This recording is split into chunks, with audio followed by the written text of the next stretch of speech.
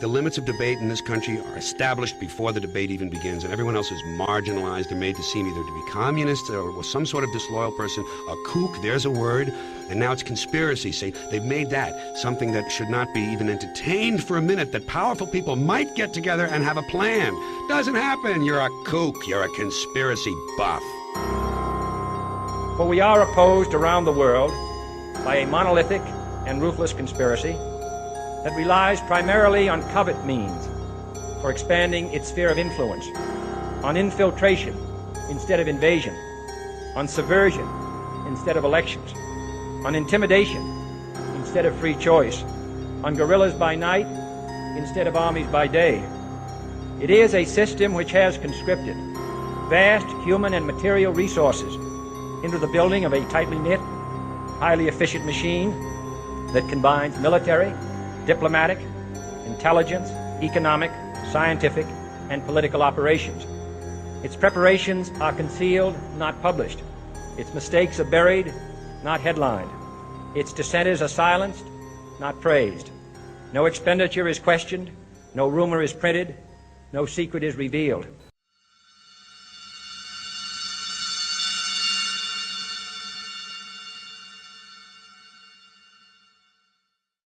A short introduction. I grew up leading a wonderful life. A fan of action and academics, I was an honors high school graduate with the highest mark in history award at 92%. I earned a double major in history while pursuing my education and arts degrees in 2 universities. Professors asked me to publish some of my essays. The future was looking bright until I realized that it's not what you know and how you can explain it, but rather who you know that counts. I watched my friends get married, buy houses, and start families, while I wondered how I was going to move out of my parents' house. I went back to school to study advanced woodworking and restart my career. It would take me a decade to realize that God had other plans for me. In June 2005, I had an awakening. While reading Matthew 24, I received the impression that what was being discussed in that passage could only be applied to events in our time.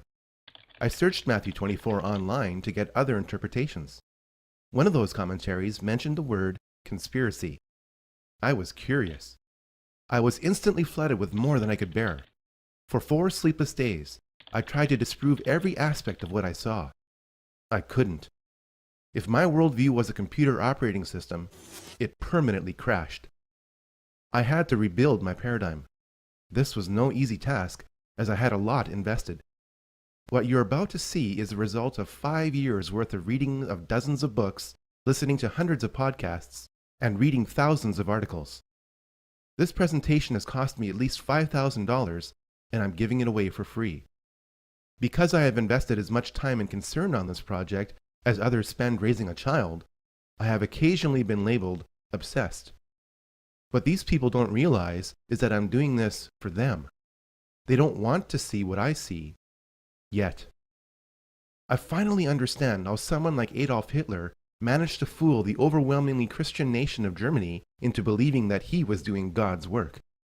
I now know that Adolf Hitler was a large part of an agenda that is so massive that it can't be fully described here. You had better care about this plan instead of sports or soap operas, because what happened to Germany during the Nazi era is happening to America and the West today. In a good 2 hours, you will learn the most important details of some aspects of what took me over 2 years to figure out. I don't know everything, but I know enough. Without knowing the past, you can't know the present or the future. This is why so much of this presentation is a very intense history lesson that you may need to watch several times to fully understand. Please be patient with it and watch it to the end.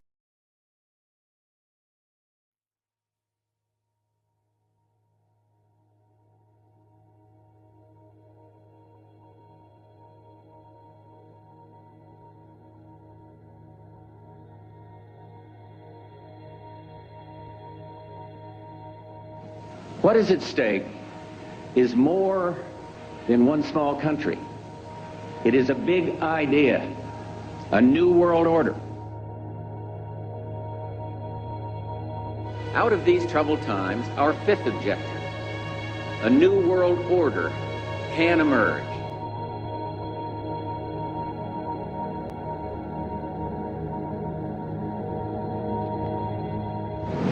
своем движении в другом направлении, к новому мировому порядку, I к think новой цивилизации.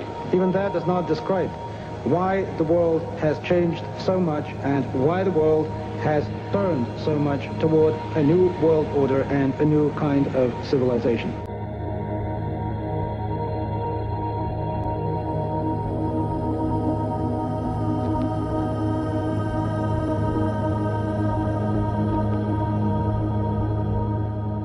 After 1989, President Bush said, and it's a phrase that I often use myself, that we needed a new world order, and instead it looks like we got a lot of disorder.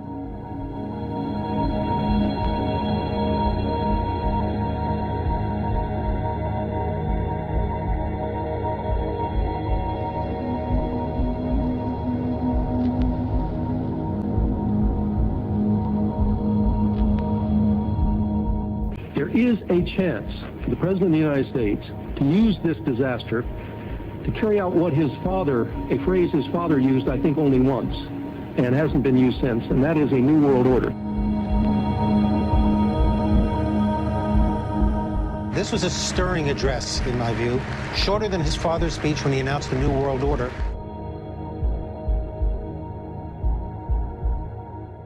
And it's only now that we can begin to understand that the world order that globalization brings and what it's going to look like, it's driven forward now not just by the balance of military strength, the Cold War times, or ordinary political power. It's being driven forward by a seismic shift in economic power that we see around us. We've got to give them a stake in creating the kind of world order that I think all of us would like to see. Thousands of people gathered to hear Barack Obama deliver key foreign policy speech on his current European tour. The Democratic presidential hopeful laid out his vision for America's place in a new world order, saying he was speaking as a proud citizen of the United States and a fellow citizen of the world.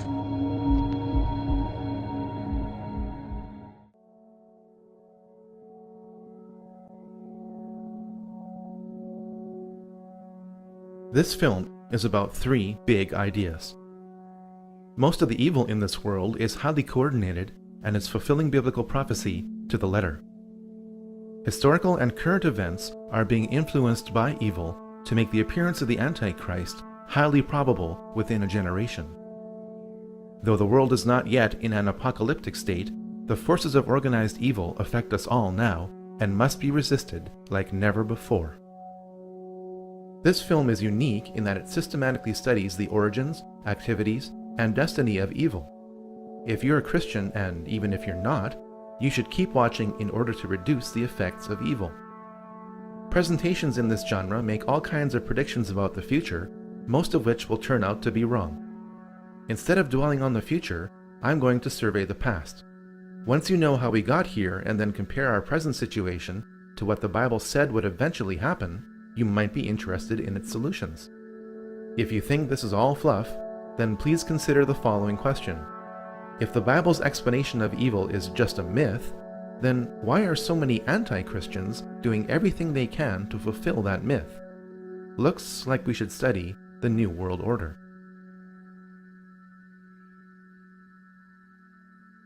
The New World Order is like a rope. That rope is made up of cords of political, military, economic, scientific, cultural, and religious power that has always been pulling the world to a definite conclusion away from God. Recently, that pull has been getting progressively stronger. Each cord of the New World Order rope is composed of people at the outer layers who have no idea what the ultimate goal of those at the center of each cord is. As people work their way to the center of each cord, the ultimate goal of those associated with the New World Order becomes clear. A one-world government, a one-world economy, a one-world military, a one-world society, and a one-world religion, all enforced with absolute control under a single world ruler. This goal is not democratic. In fact, most people will not want this goal to be pursued because it limits their freedom. In spite of popular resistance, this goal is being achieved through secrecy and progressive conditioning to make the public want this goal. There is plenty of evidence that this goal exists.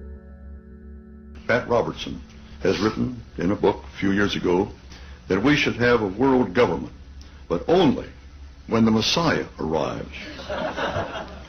He wrote, literally, any attempt to achieve world order before that time must be the work of the devil. Well, join me. I'm glad to sit here at the right hand of Satan. The primary driver of the New World Order is religion. After all, people act on what they believe. Financial control is a means by which the New World Order funds its primary tool, which is warfare. We must first understand the tool of warfare before we can grasp the matrix of control being applied to us. Once we understand these systems of control, we can then understand the belief systems of those who are controlling us. All this knowledge is necessary to form strategies of resistance to what you are probably not even aware of. But how did this mindset, control system, and tool of warfare get created?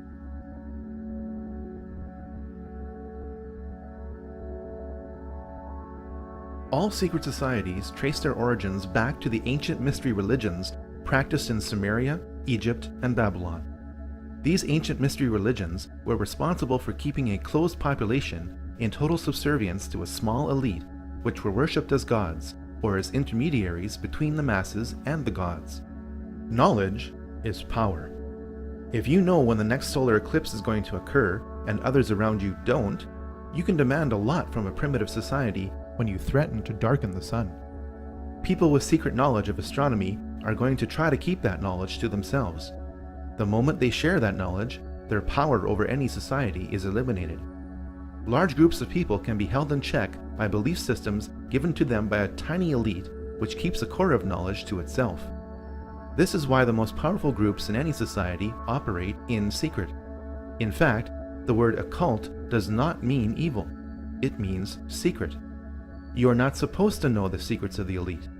Once you discover and verify these secrets, you'll be shocked at how the elite control you.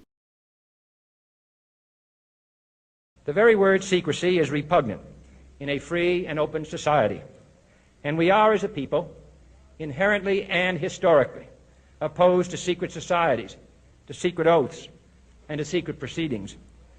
And there is very grave danger that an announced need for increased security will be seized upon by those anxious to expand its meaning to the very limits of official censorship and concealment. That I do not intend to permit to the extent that it's in my control. For we are opposed around the world by a monolithic and ruthless conspiracy that relies primarily on covert means for expanding its sphere of influence, on infiltration instead of invasion, on subversion instead of elections, on intimidation instead of free choice, on guerrillas by night instead of armies by day. It is a system which has conscripted vast human and material resources into the building of a tightly knit, highly efficient machine that combines military, diplomatic, intelligence, economic, scientific, and political operations. Its preparations are concealed, not published. Its mistakes are buried, not headlined. Its dissenters are silenced, not praised. No expenditure is questioned, no rumor is printed, no secret is revealed. Government at all levels must meet its obligation to provide you with the fullest possible information outside the narrowest limits of national security. And so it is to the printing press, to the recorder of man's deeds, the keeper of his conscience, the courier of his news, that we look for strength and assistance, confident that with your help, man will be what he was born to be, free and independent.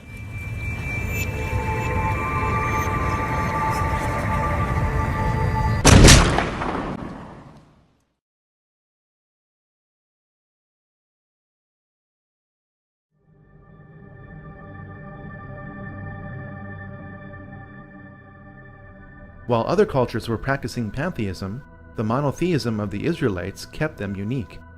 When the Israelites were true to their faith, they prospered. When they began to absorb the teachings and practices of the surrounding cultures, the Israelites became oppressed by the civilizations they had previously resisted. Those within Judaism who were tempted by the occult practices of the surrounding cultures became the vehicle by which secret societies continued right up to today. Practitioners of the occult within Judaism codified their beliefs in a sub-religion which became known as Kabbalah. On the surface, Kabbalism appears to be Judaism. In reality, it is the exact opposite of Judaism. The Kabbalah offers an occult counter-explanation to the revelations of the Jewish prophets and the history of the Israelites. The Kabbalah depicts Moses as an occult figure whose purpose was to initiate the Israelites back into the more enlightened and advanced teachings of Egypt. We must grasp this if we are to understand much of what is happening in Israel today. We must also understand that the teachings of all secret societies flow through the Kabbalah. A girlfriend of mine was going all the time and to these classes. They're classes. It's the Kabbalah Learning Center. And basically the Kabbalah is the mystical interpretation of the New Testament. And she kept telling me about this really charismatic rabbi named Eitan who told these great stories, and she kept going on and on about it, and and I said, listen, Susan, I'm not even Jewish. Why are you telling me these things? And she's like, you don't have to be Jewish. Just come and take study, and if you like it, you like it. If you don't, leave. So I did. Those of you who have not learned what some call the deep things of Satan, I know your works, but I have this against you. That you have abandoned the love you had.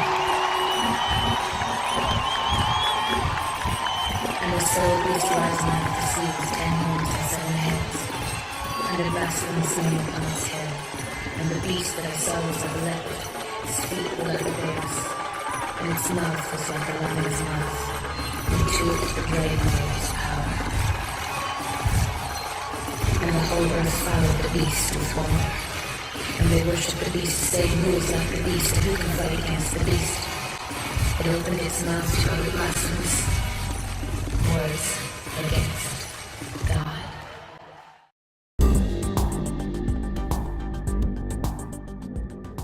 The emergence of Christianity during the height of the Roman era became a problem for the Romans. The more the Roman government tried to suppress Christianity, the more Christianity grew. Please remember that the next time somebody tries to tell you that religion is just a tool of control. Because the Roman government couldn't eliminate Christianity, it eventually decided to merge its belief system with it. The moral decline of the early church can be traced back to the time when Constantine decided to become a Christian for whatever reason. The beliefs of the Babylonians, Egyptians, Greeks, Eastern cultures, and Romans infiltrated much of Christianity as the Roman government merged with Christianity. At the heart of this infiltration was Gnosticism. Gnosticism means salvation through knowledge, while Christianity means salvation through Christ. Gnosticism has always been the primary driver of the New World Order.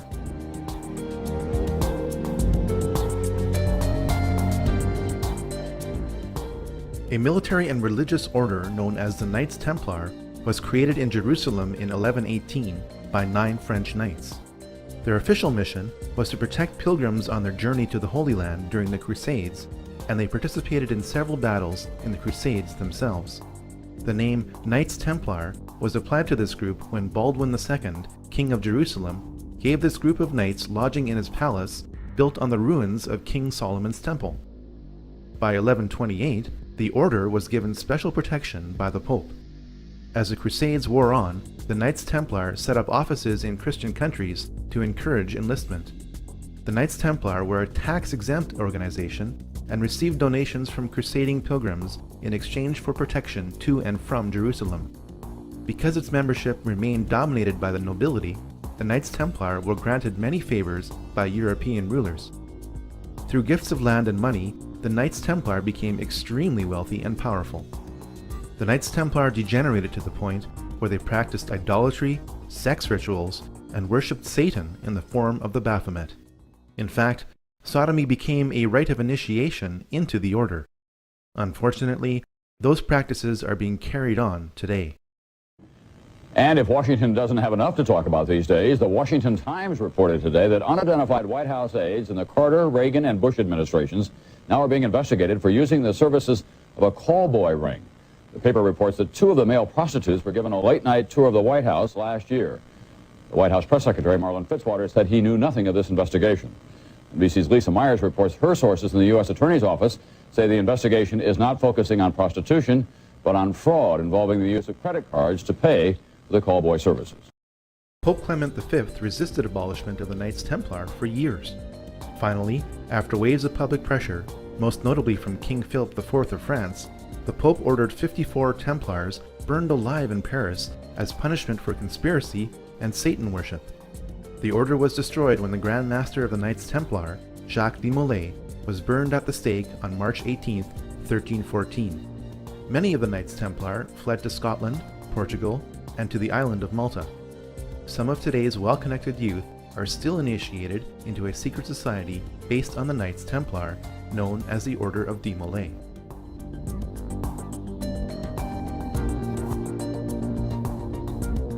The Rosicrucians were a religious order that combined the beliefs of ancient mystery religions with Christianity. It is not known whether the Rosicrucians were founded independently of the Knights Templar. At some point, these two groups merged and became one. After the Knights Templar were abolished, the Rosicrucians became the key vehicle by which occult teachings were spread throughout Europe. This has also been the case in much of the Jesuit order, as it led the Counter-Reformation. The occult teachings of the Rosicrucians, rooted in the Kabbalah, had a big impact on recent history. My thanks to all of you, and now it's on to Chicago, and let's win there.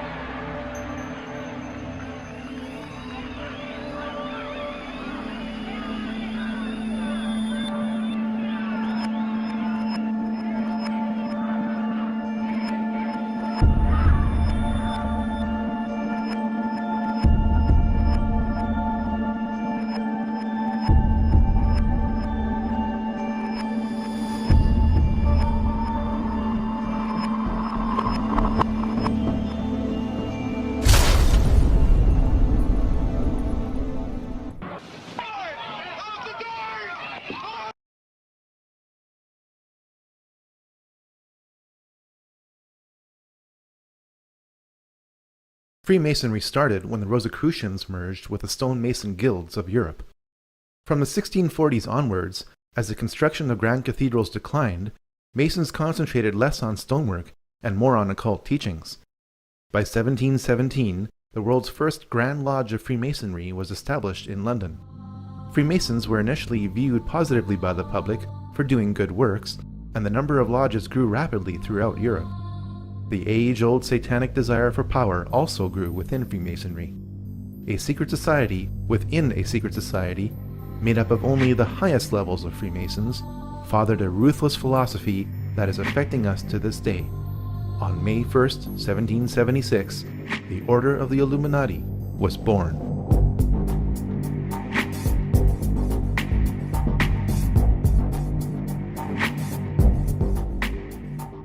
The Illuminati were a perfect storm of Freemasonic, banking, and religious interests. If you are truly interested in separating fact from fiction, what remains as fact about the Illuminati from original sources is most disturbing. By reading Robeson's Proof of a Conspiracy, the goals of the Illuminati become clear.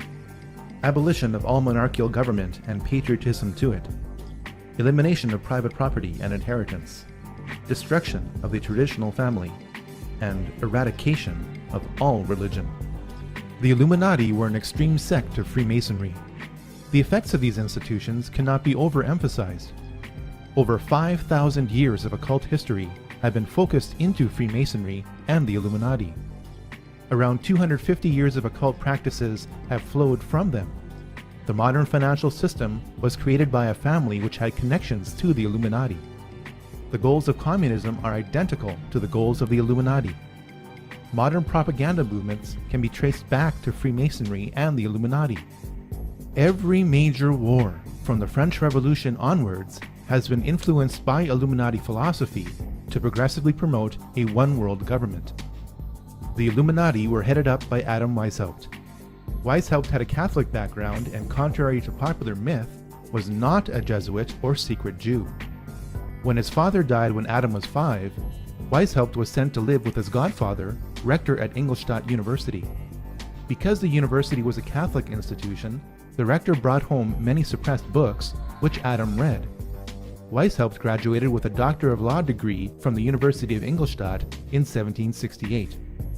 Though the Pope disbanded the Jesuits in 1773, they were still allowed to teach canon law at the university because they were the only ones who were qualified to do so. This angered Weishaupt and pushed him further towards the radical teachings he read as a child. At first, Weishaupt had only a few disciples who met locally in Weishaupt's apartment in Ingolstadt, Germany.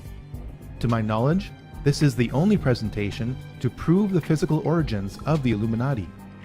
From this upper room, an evil philosophy of extreme rationalism was born. Weishaupt was initiated into the Masonic Lodge of Theodore of Good Counsel in Munich in 1777. Through his growing associations with Freemasons, priests, preachers, professors, dukes, colonels, and counts, Weishaupt worked to weave the Illuminati into the rope of Freemasonry.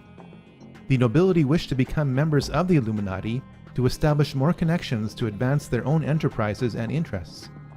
Members of the Illuminati were gradually told the intentions of the group as long as they agreed with them and could be trusted to keep its secrets. In 1782, dozens of participants attended the Masonic Congress of Wilhelmsbad, which became the power base of the Illuminati. At its height, the Illuminati had around 2,000 members.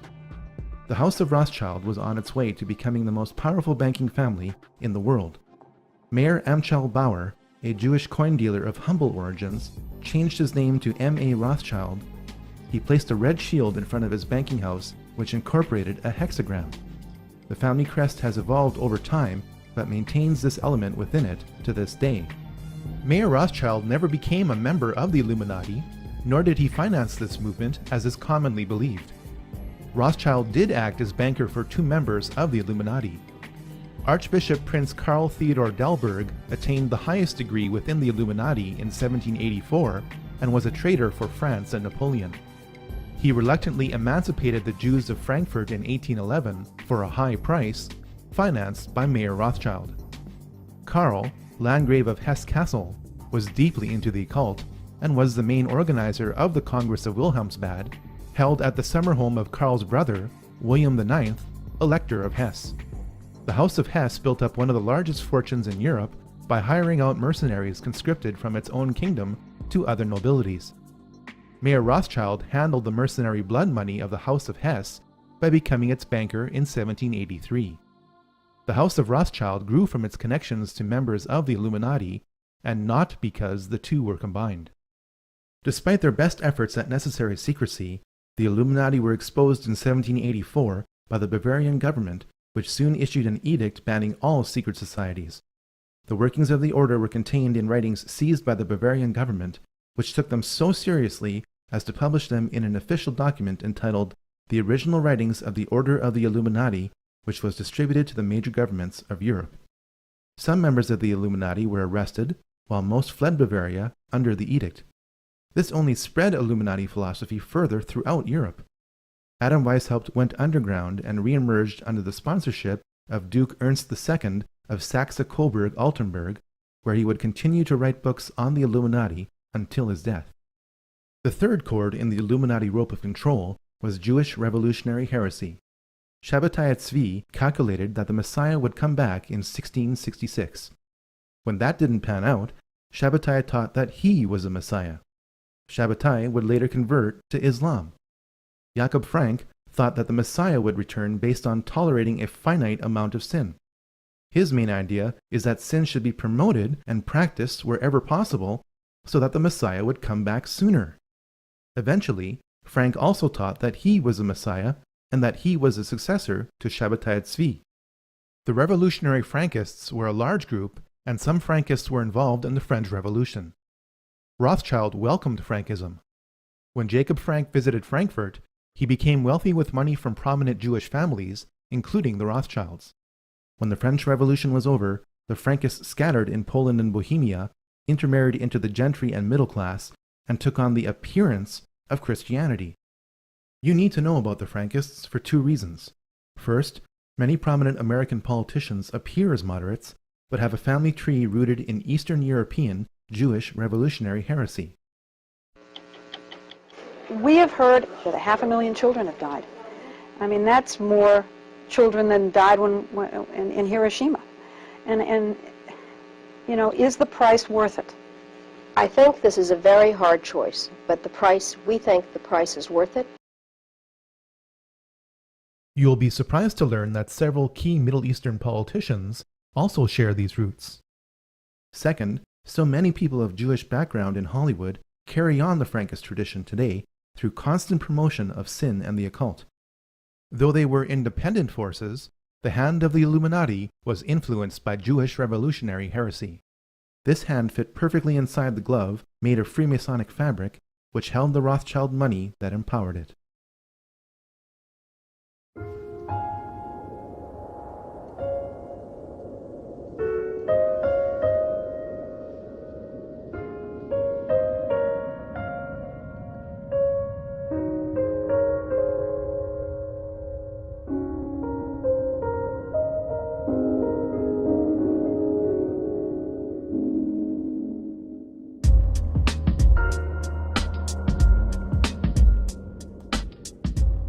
Scattered from Bavaria, the Illuminati quickly re-emerged in France within pre-existing revolutionary groups, the largest of which was the Jacobin Club. The Jacobins, with the money from the Duke of Orleans, bought up and transported out much of the grain supply in France to create an artificial food shortage in 1789. The famine that resulted drove people to revolt. The Jacobins told the people to blame the famine on King Louis XVI and Queen Marie Antoinette. The fate of that French monarchy was sealed in the minds of the public when it was alleged that Marie Antoinette said, "Let them eat cake," in response to the famine. Jacobin propaganda pinned this saying on Antoinette to create maximum hatred for the monarchy. It worked. The hatred of all authority in the French Revolution did not stop with the execution of the French king and queen in 1793. By the time the 6 successive waves of the French Revolution had passed, over 18,000 people had been guillotined without trial. Decapitated heads of the nobility were stuck on bayonets and paraded throughout the streets. The Christian calendar was abolished. The work week was lengthened to 10 days straight. By the time the French Revolution burnt itself out, it is estimated that this program killed 300,000 people, all in the name of liberty, equality, and fraternity. The world's first Luciferian revolution, guided by the Illuminati, was complete.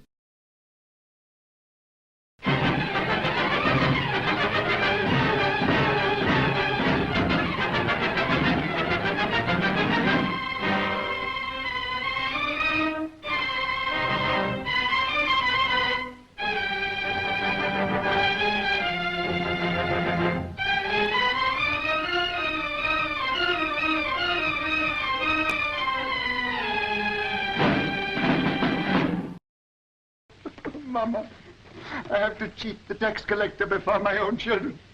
Do you think I want to do that? I live honestly, I trade honestly, I want to be honest with them, but they won't let us. We are Jews, taxed to death, forbidden to learn a trade, forbidden to own land. They keep us in chains, they send men here to rob us. So work and strive for money. Money is power. Money is the only weapon that the Jew has to defend himself with. Oh, Mama! Though Mayer Amschel Rothschild died in Frankfurt in 1812, his empire grew through his family. Perhaps the one quote in modern English which sums up Mayer Rothschild's ambitions is this: "Give me control of a nation's money supply, and I care not who makes its laws." Towards the end of his life, Mayer told his 5 sons that they should expand the Rothschild banking empire throughout Europe. Nathan was sent to London. Amschel stayed in Frankfurt. Solomon went to Vienna. Karl traveled to Naples. James stayed in Paris. The establishment of the 5 centers of the Rothschild banking family is symbolized by the 5 arrows in the Rothschild family crest. The alliance between the Rothschilds and Illuminized Freemasonry continued with this new generation. Freemasonry was a common element with Adam Weishaupt, 3 of the 5 Rothschild brothers, and Napoleon Bonaparte. Napoleon was initiated into Freemasonry in June 1798. Napoleon was part of the Inner Masonic Club, but his imperialist ambitions could not be contained. Keep in mind that Napoleon appointed himself as King of France in December 1804. Napoleon enjoyed immense success as Emperor of France, yet his policies contained a fatal flaw. Napoleon's Banque de France, which would provide interest-free loans to the people of France, was a direct threat to the Rothschild banking empire. The Rothschilds decided to defeat Napoleon's army, not through military conquest, but by financial dominance. Napoleon needed so much money to finance his war that he agreed to sell all French territory in America through the Louisiana Purchase of 1804.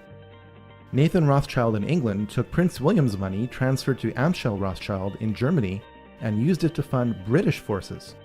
Jacob Rothschild in France was one of several banks helping to fund Napoleon's army. This means that the Rothschilds were busy funding both sides of the War of 1812. The modern financial system, started by the Rothschilds, has been funding both sides of every major war for 200 years. While the Battle of Waterloo was a defeat for Napoleon, it was also a guarantee of financial domination for the Rothschilds. Because the Rothschilds had a network of banking couriers throughout Europe, they were the only merchants allowed to pass through the English and French blockades. One of these couriers crossed the English Channel with the news that Wellington had won the war a full 24 hours before Wellington's own courier. Nathan Rothschild knew that he was armed with this critical information before anyone else was. He ordered his workers to start selling holdings of British war bonds. Other traders observed this false maneuver and started selling their bonds in a panic. The bonds became worthless as everyone thought that Rothschild's action meant that Napoleon had won the war. Nathan Rothschild then instructed his traders to buy all the British bonds they could get. When London heard the news that England won the war against Napoleon, British bonds gained a level of value even higher than before the war began. The ownership of such a vast sum of high-value bonds meant that the Rothschilds literally owned the Bank of England. On top of all this, there were the profits to be made from loans to Europe to repair the damage done by Napoleon. From the Battle of Waterloo onwards, the interests of the British Crown and the Rothschilds were so intertwined that the Rothschilds were given titles of nobility. Eventually, through intermarriage, the Rothschilds became royalty.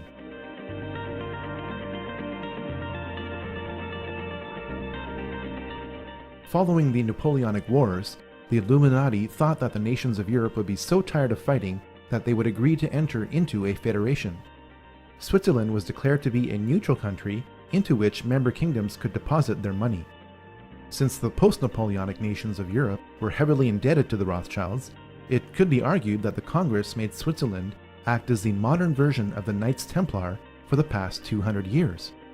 Now you know why Switzerland has acted as Europe's untouched bank during the European slaughters of World War I and World War II. The Congress of Vienna resulted in a treaty. Russian Tsar Alexander I opposed this treaty because he saw the Congress as an Illuminati takeover. The Rothschilds vowed that the Romanov dynasty would someday come to an end.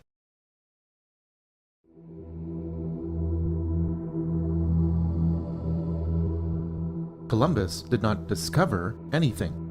The Vikings arrived in North America 500 years before Columbus did.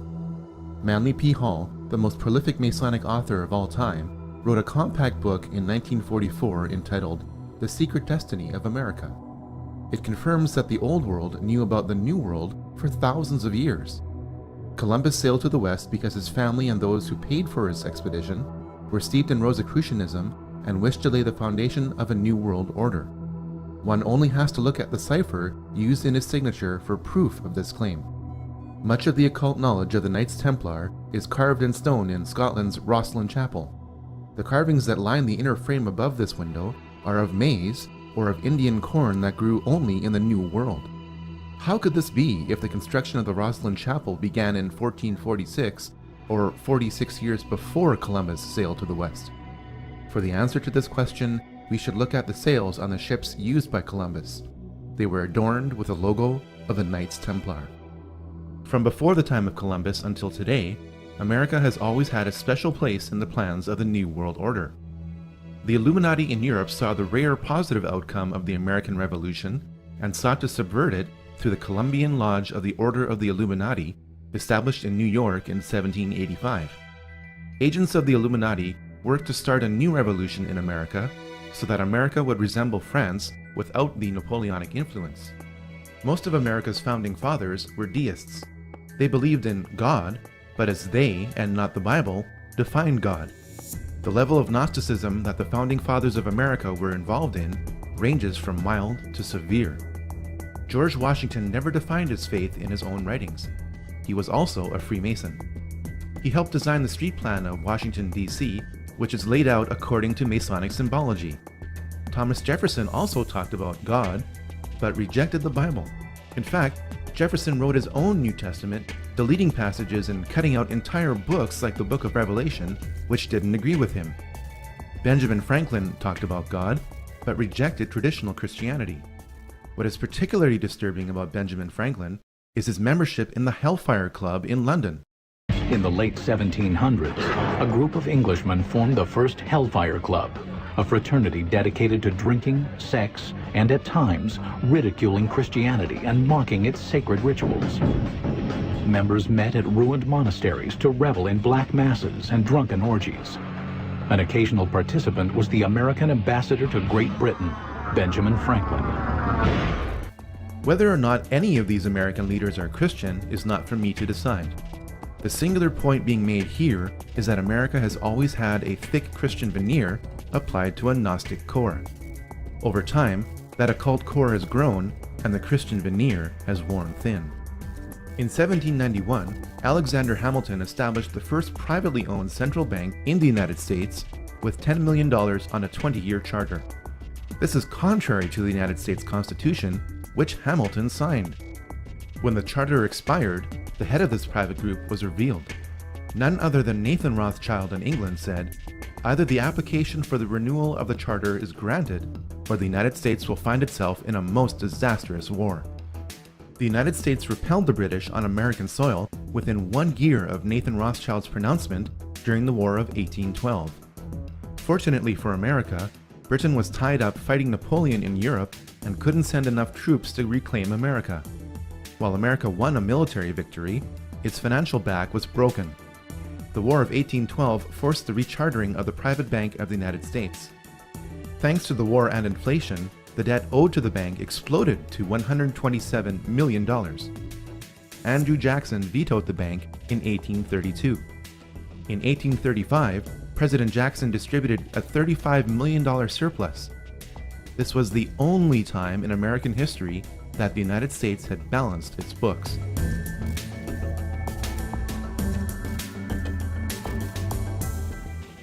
The Rothschilds had their sights set on reclaiming America. A divide and conquer strategy would be used by creating a conflict between the North and the South. The North was to be a British colony annexed to Canada under the control of Lionel Rothschild. The South was to be a French colony given to Napoleon III of France under the control of James Rothschild.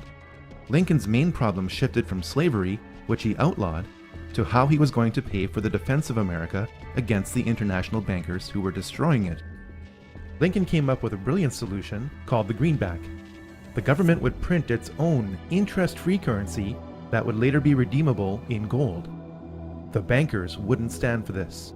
On April 14th, 1865, 5 days after the South surrendered, Lincoln was shot by John Wilkes Booth.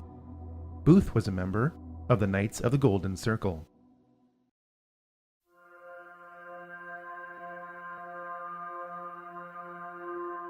The monarchies of Europe, led by the British royal family, had been involved in the occult for centuries through the sponsorship of clairvoyants. The British royal family is deeply Masonic. The Queen's cousin, the Duke of Kent, is British Freemasonry's Grand Master. There is even a Freemasonic lodge in Buckingham Palace. Though the current Queen says that she is not amused at this, she and her predecessors were often Masonic. It is a fact that much of the European nobility goes back to various houses, especially in England and France, which link the lines of the kings of England and the kings of Jerusalem. Fiction occurs when this link is used to create a mythology which states that the British people, led by their monarch, are one of the lost tribes of Israel. British Israel Freemasons also believe that since America was descendant from Britain, Americans who are of British Masonic descent are also one of the lost tribes of Israel. On the back of the US $1 bill, there exists a Star of David, hidden in plain sight. The British royal family is more German than it is English. Queen Victoria was married to Prince Albert of Saxe-Coburg and Gotha. Under pressure from anti-German sentiment created during World War I, King George V changed his family name to Windsor. When Princess Elizabeth wanted to marry Prince Philip of the House of Schleswig-Holstein-Sonderburg-Glücksburg, she faced the same problem that King George did. Prince Philip renounced his titles and adopted the surname of Mountbatten. All 4 of Prince Philip's sisters married into the German nobility, which embraced Nazi philosophy. Remember that Adam Weishaupt wrote more material on the Illuminati under the sponsorship of Duke Ernst II of Saxe-Coburg-Altenburg. Because Prince Albert was great-grandson of Duke Ernst II and consort to Queen Victoria, the British royal family are direct descendants of Ernst II. Since Duke Ernst II became a member of the Illuminati in 1783, it is not hard to see that the teachings of Adam Weishaupt are being used by the British royal family today.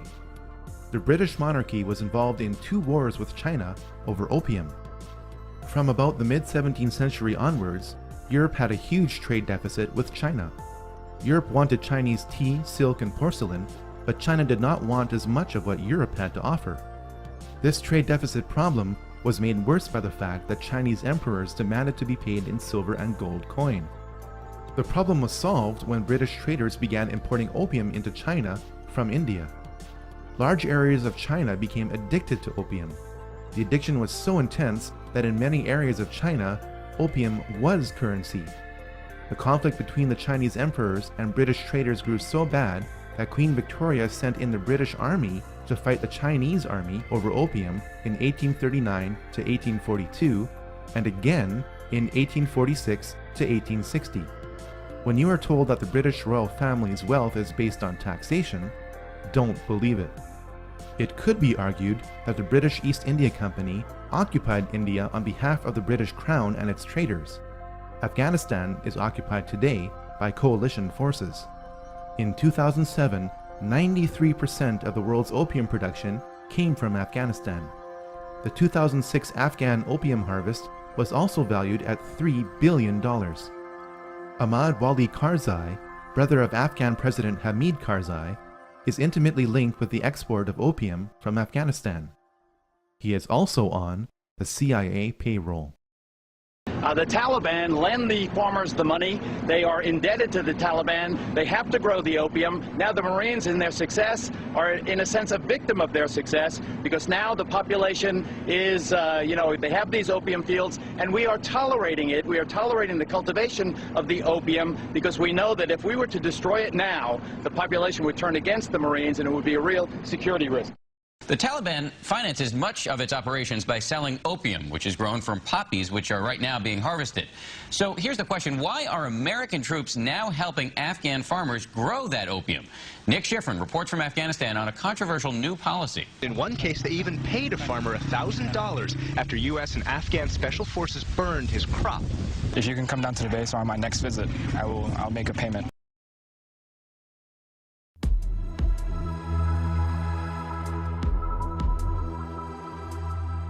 The Round Table groups are the most influential and interconnected secret societies in the Western world. While Cecil Rhodes did not start any of these groups, he was instrumental in ensuring that they worked together toward a common goal. In 1966, Georgetown University history professor Carroll Quigley defined this goal in a massive work entitled Tragedy and Hope. One of the members of the Round Table groups sponsored Carroll Quigley, who was given access to their secret records, to produce what the group thought would be an internal publication. As a teenager, I heard John Kennedy's summons to citizenship. And then, as a student at Georgetown, I heard that call clarified by a professor named Carroll Quigley, who said to us that America was the greatest nation in history because our people had always believed in 2 things: that tomorrow can be better than today, and that every one of us has a personal, moral responsibility to make it so.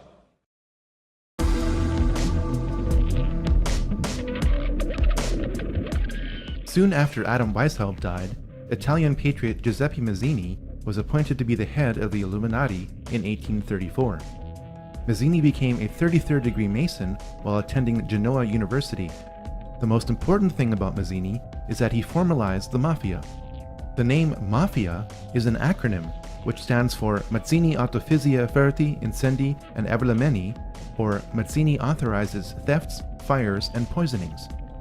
With the wave of Italian immigration to America starting in the 1890s, the practices of the Mafia merged with the Illuminati of America.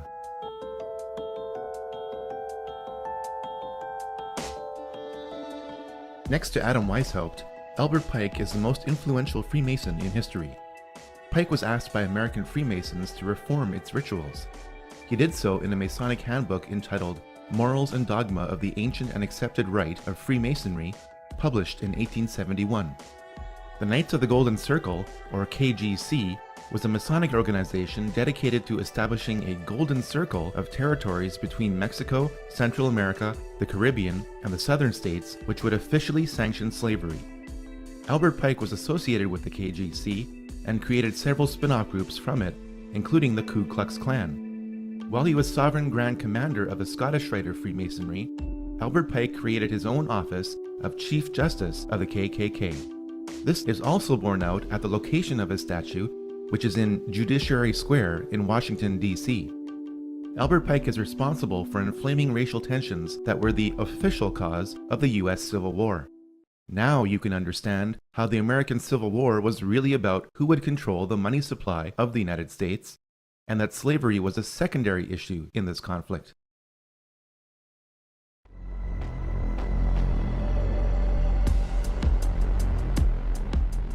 William Huntington Russell was one of the more prominent merchants involved in the Chinese opium trade. Born in America, Russell did what most wealthy businessmen did during the Industrial Revolution: protect his assets from taxation by establishing a tax-free foundation. The tax-free foundation that Russell and Company established based on opium revenue was the Russell Trust. The key institution of indoctrination that Russell Trust established was Skull and Bones. Skull and Bones was founded at Yale University in 1832 as a Black Lodge of Freemasonry. The odds that both presidential candidates would happen to be members of Skull and Bones is approximately 1 in 750,000. You both were members of Skull and Bones, a secret society at Yale. What does that tell us? Not much, because it's a secret. Is there a secret handshake? Is there a secret code? I wish there were something secret I could manifest. 322, a secret number? There are all kinds of secrets, Tim, but one thing is not a secret. I disagree with this president's direction. You were both in Skull and Bones, the secret society. It's so secret we can't talk about it. What does that mean for America? The conspiracy theorists are going to go I'm wild. sure they are. I don't know. I haven't seen the website. Number 322? First of all, he's not the nominee. And, look, I look forward... Are you prepared to lose? No, I'm not going to lose. 3 generations of the Bush family have been members of Skull and Bones. George W. Bush, his father George H.W. Bush, and his father before him, Prescott Bush, were all members of this occult secret society. The videotape provides a grainy glimpse into what appear to be the initiation rituals of a secret society that's been around since 1832, whose members have gone on to be leaders of Wall Street and the White House, the Senate and the Supreme Court. They're sort of trying to scare the initiates, make them, disorient them, frighten them. New York Observer investigative reporter Ron Rosenbaum accompanied a team of Yale students who shot these pictures 9 days ago. Rosenbaum's curiosity about Skull and Bones was permanently piqued when, as a classmate of George W. Bush, he lived right next to the Tomb, the group's heavily fortified home. From their perch, Rosenbaum and his cohorts taped the Tomb's courtyard. What they captured, they say, was initiates, known as neophytes, being forced to kiss a skull, then members performing a mock killing. It may look like your average fraternity nonsense, but Rosenbaum says it's not. Even though it may seem silly to us, it seems to mean something to them, and you can't argue with the success of Skull and Bones. It has been alleged by members of Skull and Bones that it was Prescott Bush who stole the skull and bones of Indian Chief Geronimo and placed it in the tomb as a source of spiritual power. George W. Bush never apologized for his activities in Skull and Bones. One of the first things he did as president was appoint many of his fellow bonesmen to positions of power. President Bush has tapped 5 fellow bonesmen to join his administration. Most recently, the head of the Securities and Exchange Commission, William Donaldson, Skull and Bones, 1953. Does that relationship forged with all this mumbo-jumbo and coffins and skulls and bones and all of that stuff, Does that become, in some cases anyway, stronger than family, faith? Absolutely. You know, they say the motto at Yale is for God, for country, and for Yale. At Bones, I would think it's for Bones.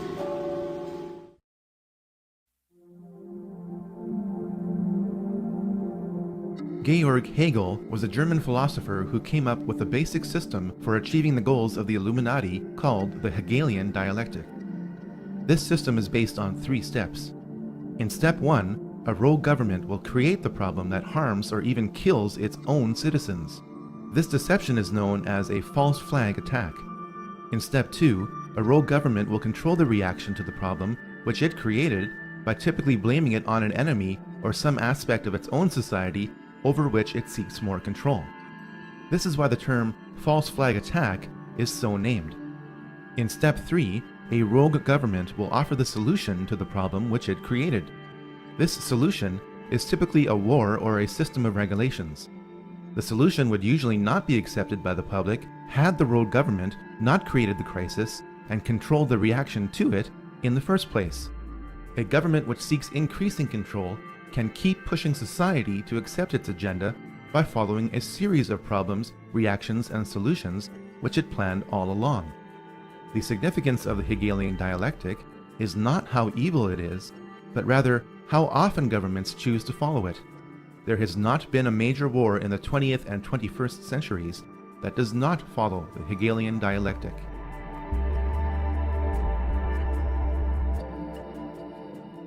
Though his family converted to Christianity, Karl Marx became a Satanist during his university years.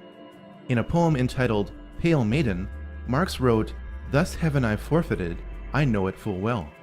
My soul, once true to God, is chosen for hell." Over time, Marx became a 32nd degree Mason. Karl Marx met up with German philosopher Friedrich Engels. Engels joined a revolutionary group 10 years earlier founded by Giuseppe Mazzini. It was Engels who would feed Karl Marx physically and intellectually for life.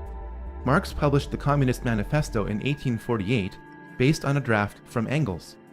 The manifesto was commissioned by the Communist League in London, whose history can be traced back to the Jacobin Club and the Illuminati. The foundations of communism are identical to the goals of the Illuminati. Karl Marx was always looking for money. He found it when Nathan Rothschild gave Marx several £1,000s to finance the cause of socialism through the Hegelian dialectic. Marx wrote Das Kapital in 1867, which became known as the Bible of the working class. While his Bible called for the working class to rise up and overthrow the financial bourgeoisie, Marx evidently did not practice what he preached. In an 1864 letter to his uncle, Marx announced that he made £400 on the stock exchange. Nikolai Lenin picked up where Karl Marx left off. Lenin admired Mikhail Bakunin, who wrote, "The evil one is the satanic revolt against divine authority. Satan, the eternal rebel, the first free thinker, and the emancipator of worlds." While attending university, Lenin became a Mason.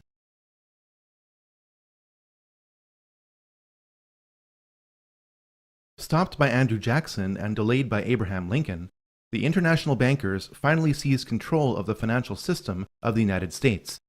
On December 23, 1913, the Federal Reserve Act passed through Congress when most congressmen were home for Christmas. President Wilson promised to sign the Federal Reserve Act in exchange for campaign contributions. This unconstitutional act allowed a private group of international bankers to print pieces of paper as money which would be loaned out to the government at interest.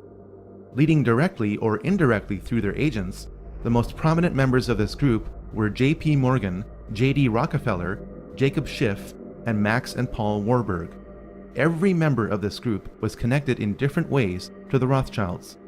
The international bankers wasted little time in doing what they do best: finance wars.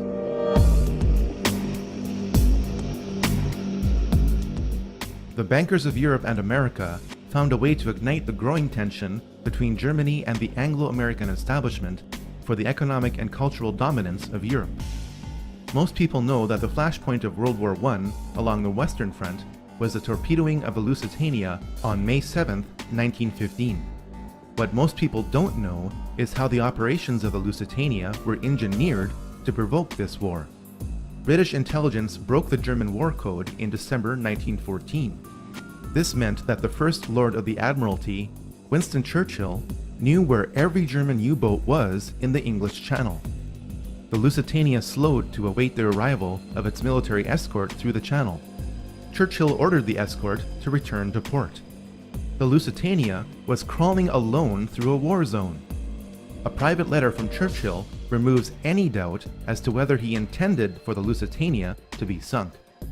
Roughly 1,200 people lost their lives in an engineered event designed to start a war. The Germans claimed that the Lusitania was carrying arms from America to be used by Britain against Germany. 93 years later, this claim has been proven to be true. The English-speaking press, controlled by the Rothschild-owned news services in Europe, published the claim that the barbaric Germans had attacked an unarmed passenger ship. This ignores the fact that the German government placed warnings in New York newspapers reminding passengers that the ship would be sailing into a war zone. The best example of how the Illuminati bankers funded both sides of World War I was given through Max and Paul Warburg. Paul Warburg's firm of Kuhn, Loeb & Company was in charge of Liberty loans, which helped finance the American military. Max Warburg's firm of M.M. Warburg & Company helped finance the German military. The Rothschilds were unable to control Russia because of the Tsar until World War I, when the alliance between the European and American bankers was complete. Jacob Schiff spent $20 million in gold to finance the Russian Revolution through Leon Trotsky, who was exiled in style in New York. Of the 384 commissars that were to make up the new Russian government, 264 had come from the United States. When the ship carrying the men and materials for the revolution were seized at the port of Halifax by Canadian authorities, President Wilson secured their release by stating that if they weren't let go, the US would not enter the war. Lenin, exiled in Switzerland, promised to make peace with Germany if he overthrew Russia's temporary government. He was placed in a sealed railway car with $5 million in German gold and was sent to Russia. When the elections were held in November 1917, Lenin's communists received only 24% of the vote.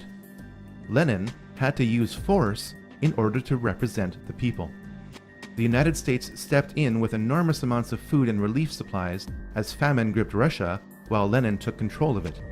This opened the door for American industrialists and financiers like J.D. Rockefeller to build the infrastructure of Russia.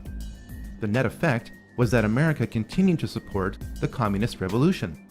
This support was extended as power was transferred from Lenin to Stalin in spite of Stalin's ruthlessness. World War I ended according to the master plan of the 20th century Illuminati financiers. They knew that communism could only continue so long as capitalism supported it. The financiers also knew that the oppressive chains of the Treaty of Versailles would be broken by a leader who would eventually rise up from within Germany. Welcome to the first round of Problem, Reaction, and Solution.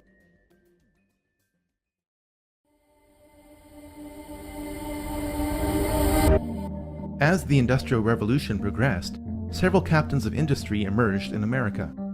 Andrew Carnegie made his fortune in steel production. Henry Ford excelled at making cars. John D. Rockefeller made the largest fortune in America through banking based on oil production. Many have speculated that the CFR is an acronym based on Carnegie, Ford, and Rockefeller.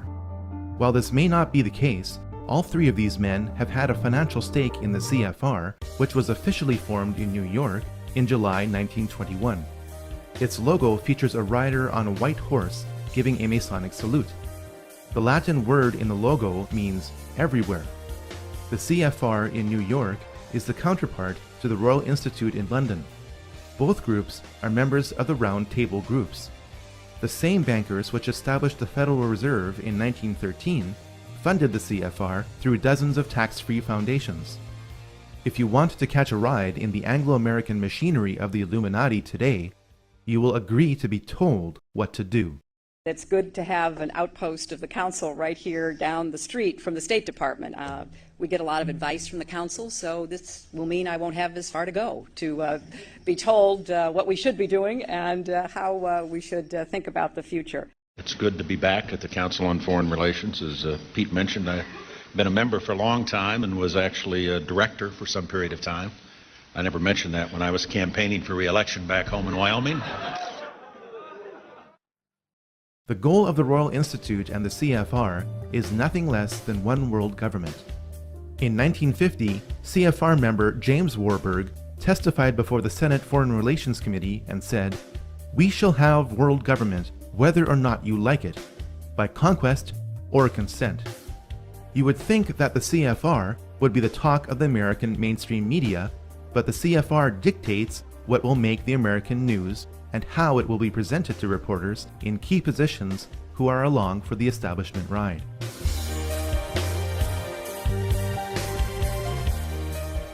Following World War I, the League of Nations was the first popular attempt at creating a world government.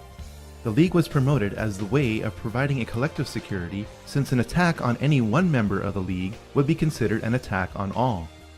The League failed as an organization, but acted as a successful stepping stone for the globalists. The League of Nations allowed the international bankers, like J.D. Rockefeller, to give more loans to more nations, provided the international bankers controlled the banking system of that nation. When the Bank for International Settlements was established in 1930, the Illuminati financiers gained more control of the world's money supply. This was all the more reason to start World War II.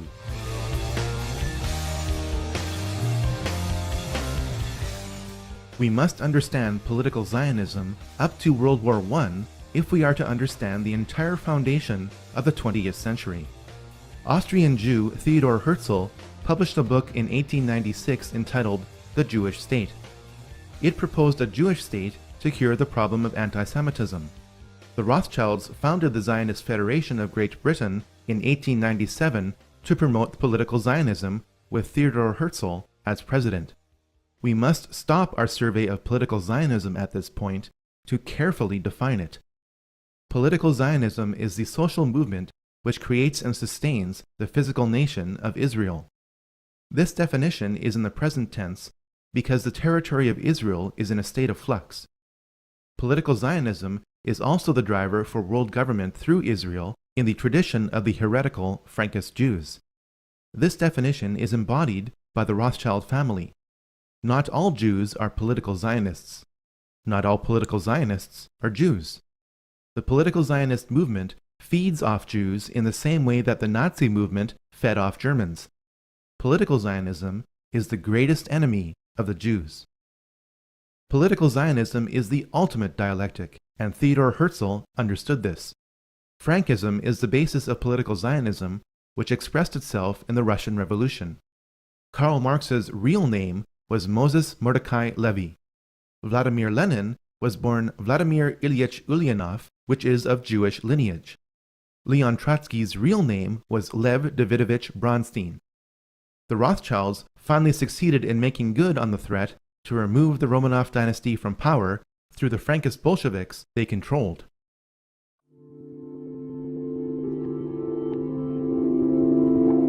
Adolf Hitler was offered as the manufactured solution to the burden imposed upon Germany by the Treaty of Versailles. The event Hitler created to take control of Germany was engineered through a false flag attack.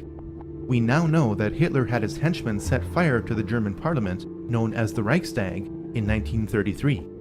The fire was blamed on communist agent Marinus van der Lubbe in a huge show trial. In reality, van der Lubbe was a mentally handicapped individual picked up off the streets. Hitler's mighty war machine was funded and created by Wall Street. The Treaty of Versailles induced Germany to default on its debt. The Dawes Plan replaced the treaty after 5 years and allowed links to be made between American and German industry and finance. From the mid-1920s to the late 1930s, through the Bank of International Settlements, over $135 million was loaned to the German electrical, steel, and chemical industries from Wall Street. The profits on these loans were considerable. Without the technology for extracting petroleum from the German coal fields supplied by Rockefeller-owned Standard Oil of New Jersey, the Nazi war machine would have ran out of gas. One of the funders of the Nazi war machine was Prescott Bush, father and grandfather of 2 U.S. presidents. According to files from the U.S. National Archives, Prescott Bush was a partner in Brown Brothers Harriman. This was one of the corporations used by industrialist Fritz Thyssen to move assets between America and Germany. Prescott Bush's assets in Union Banking Corporation were seized under the Trading with the Enemy Act in 1942, after America entered the war. The Bush family fortune was built in part from funding the very enemy that would kill over 400,000 American troops. May I introduce our co-editors for this edition of the Longines Chronoscope. Our distinguished guest for this evening is the Honorable Prescott Bush, United States Senator from Connecticut. I think we have made, just in this year, very marked and noticeable progress in connection with the Cold War. Included in that, too, should be our efforts to get at this subversion business within our own government. The ideologies of the Nazis and the Communists were set against each other by the Illuminati financiers in a dialectical struggle. Both ideologies are flawed and use the same means to produce the same result. The Illuminati financiers chose to eliminate the Nazi movement and preserve communism for one very important reason. Hitler started to print money just like the Federal Reserve. At this point, all of Europe was tied up in war with itself. The problem and reaction stages of World War II would only be solved through America. America entered World War II based on the Pearl Harbor attack that was allowed to happen and deliberately made worse. The Japanese signals indicating the time, place, and resources to be used in the attack were remotely intercepted and sent to President Roosevelt. President Roosevelt chose not to relay the information to Pearl Harbor. America now had the excuse to attack Germany, even though Germany never attacked America. The Japanese were ready to surrender in February 1945, but 2 nuclear bombs were dropped on them after this date instead of being used in Europe. The madness of World War II accomplished several things for the Illuminati financiers. Profits could be generated by rebuilding Japan and using it to provide cheap labor to flood America with inexpensive goods. This would accelerate the long-term planned process of bringing down America, just as China is being used to help finish the job today. Communism was allowed to consume half of Europe in order to lock America and the Soviet Union in a new dialectical struggle and a new opportunity for profit. Most importantly, World War II paved the way to create the United Nations and the Nation of Israel.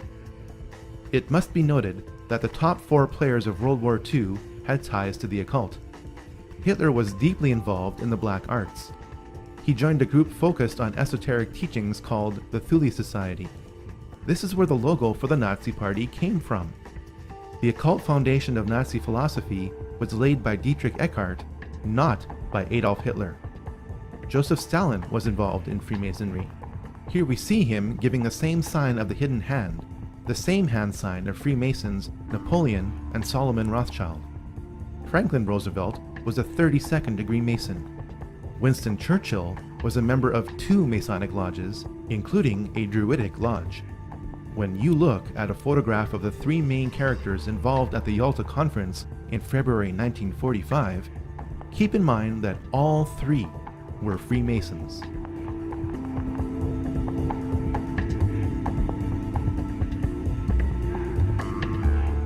The United Nations was the second prearranged attempt at world government, offered as the solution to future conflicts like World War II. To help prevent the pivotal United States from backing out of the United Nations, as it did with the League of Nations, the UN was to be located on American soil with land graciously donated by John D. Rockefeller Jr. Through its domination of the American media, the CFR conditioned the United States to accept the increasing role of the UN in the drive for world government.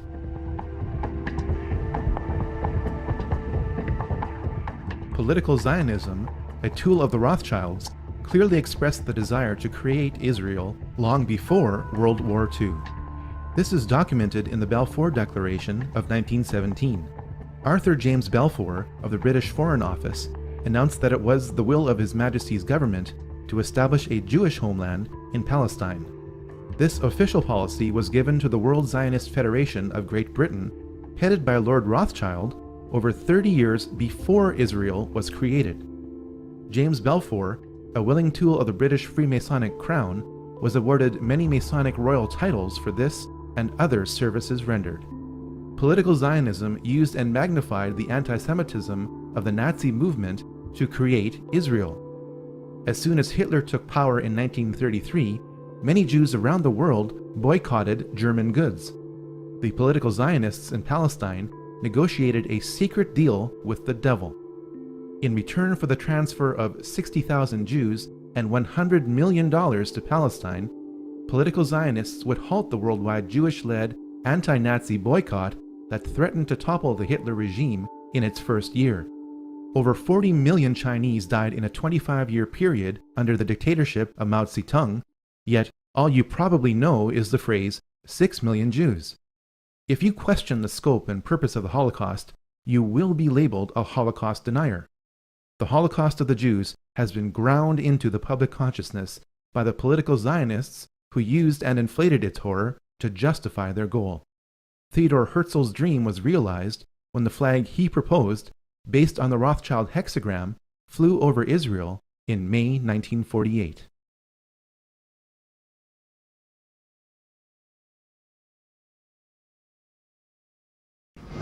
To this day, I don't know what happened on August 2nd and August 4th, 1964 in the Tonkin Gulf. The general provided the answer, saying his Navy attacked the Maddox on August 2nd, but on the 4th, nothing happened.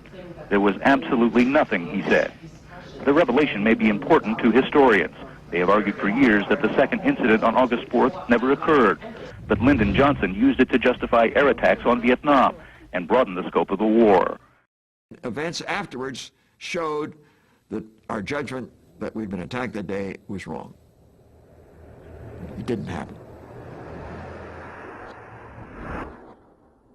Repeated acts of violence against the armed forces of the United States must be met.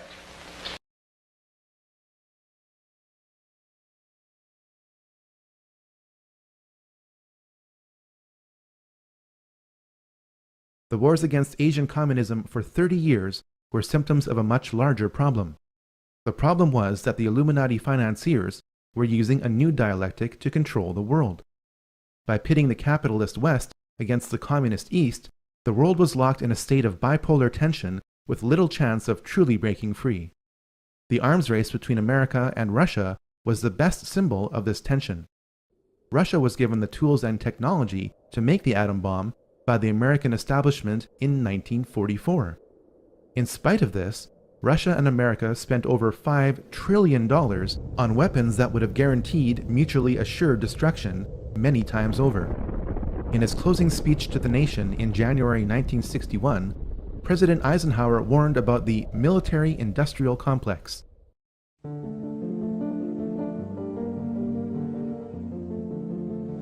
Until the latest of our world conflicts, the United States had no armaments industry. American makers of plowshares could, with time and as required, make swords as well. But we can no longer risk emergency improvisation of national defense. We have been compelled to create a permanent armaments industry of vast proportions. Added to this, 3.5 million men and women are directly engaged in the defense establishment. Now, this conjunction of an immense military establishment and a large arms industry is new in the American experience. The total influence, economic, political, even spiritual, is felt in every city, every state house, every office of the federal government. We recognize the imperative need for this development, yet we must not fail to comprehend its grave implications. Our toil, resources, and livelihood are all involved. So is the very structure of our society. In the councils of government, we must guard against the acquisition of unwarranted influence, whether sought or unsought, by the military-industrial complex. The potential for the disastrous rise of misplaced power exists and will persist. We must never let the weight of this combination endanger our liberties or democratic processes. We should take nothing for granted. Only an alert and knowledgeable citizenry can compel the proper meshing of the huge industrial and military machinery of defense with our peaceful methods and goals. so that security and liberty may prosper together. We didn't listen to him then. We still aren't listening now. The Illuminati financiers planned for the failure of communism. Communism as a system is guaranteed to fail without support. It failed in 1989 through the symbology of the fall of the Berlin Wall. China was busy by this time producing goods for the capitalist West. In 50 years, the planet went from a multipolar world to a bipolar world to a monopolar world. In the meantime, 3 more secret societies emerged to help manage the planet without your awareness or consent. The time to encourage another war would soon be around the corner.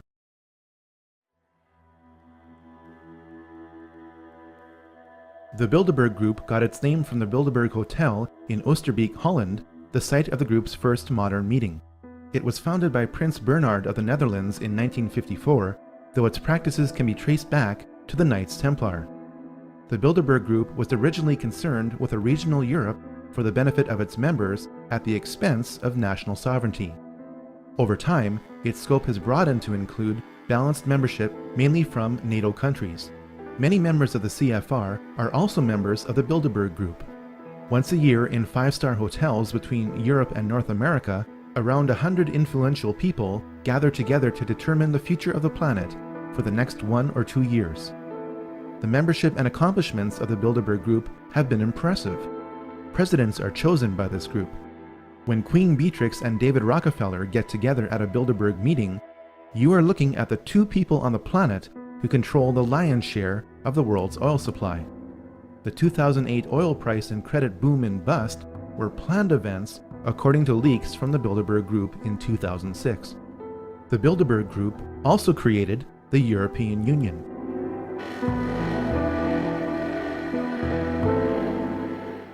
The Club of Rome promotes peace and prosperity, but does so in a way that advances world government at the expense of national sovereignty. It was founded in April 1968 by Aurelio Pecci, a prominent Italian industrialist. Affiliations with the Club of Rome have included members of the Rockefeller family and the CFR. Of all the globalist organizations we have encountered so far, the Club of Rome is the group which is the most heavily involved in the New Age movement, regardless of its size. This group specializes in promoting neo-feudalism to justify social and economic control.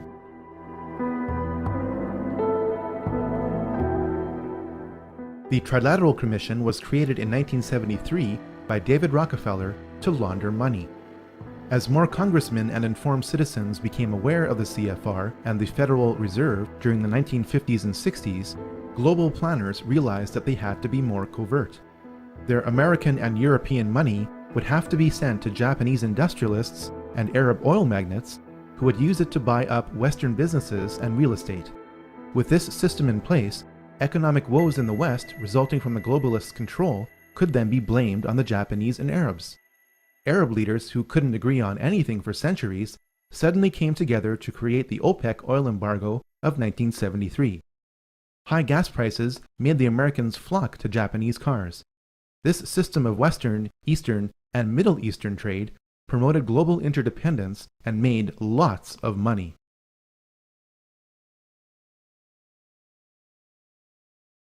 Saddam Hussein became the new target of the Illuminati financiers with the collapse of communism in 1989.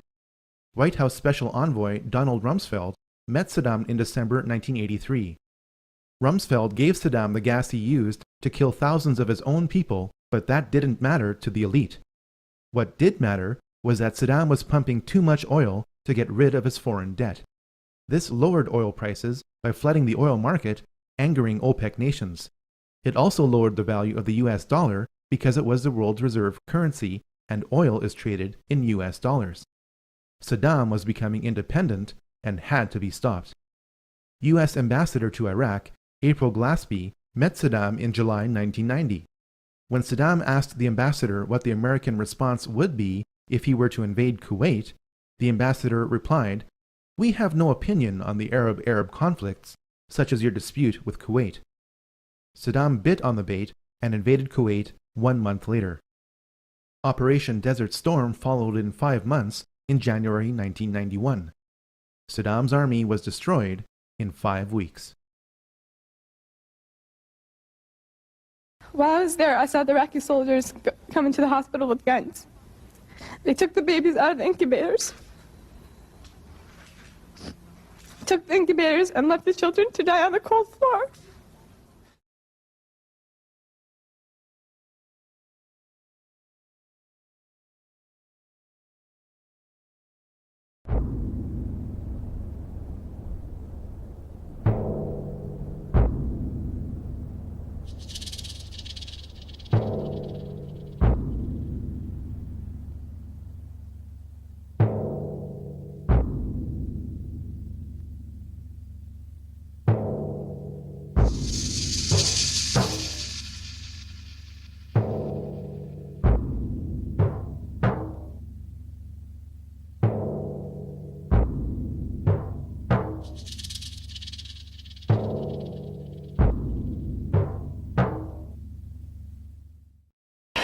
We are now led to understand that there are also firings in another city in Saudi Arabia. CNN's Carl Rochelle is here with me, just came up.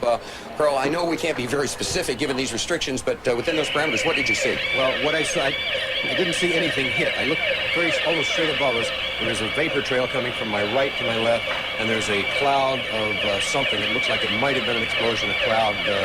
I'd say...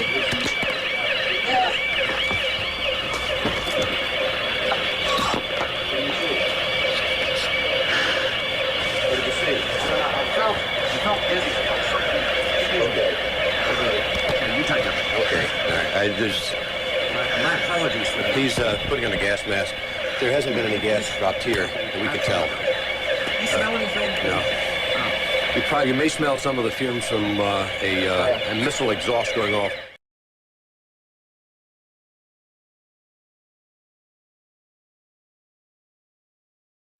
Je suis un journaliste américain.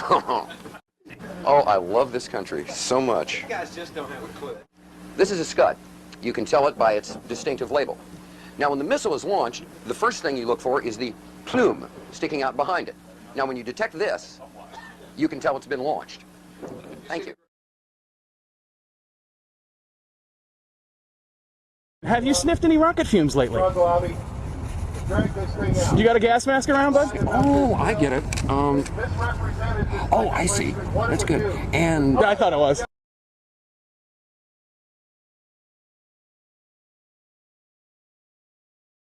They took the babies out of the incubators. Took the incubators and left the children to die on the cold floor. And they had kids in incubators, and they were thrown out of the incubators so that Kuwait could be systematically dismantled. It's a proud day for America, and by God, we've kicked Vietnam syndrome once and for all. Thank you very, very much. Saddam's baited invasion meant that the nation of Iraq and its rich oil reserves could be held indefinitely as ransom by the globalists from 1991 onwards. But this was not enough for the elite. George Herbert Walker Bush, member of Bohemian Grove and Skull and Bones, whose father helped finance the Nazis, signaled the intention of the Illuminati. His New World Order speech to Congress was given on September 11, 1990, exactly 11 years before another staged event. The crisis in the Persian Gulf, as grave as it is, also offers a rare opportunity to move toward an historic period of cooperation. Out of these troubled times, our fifth objective, a new world order, can emerge.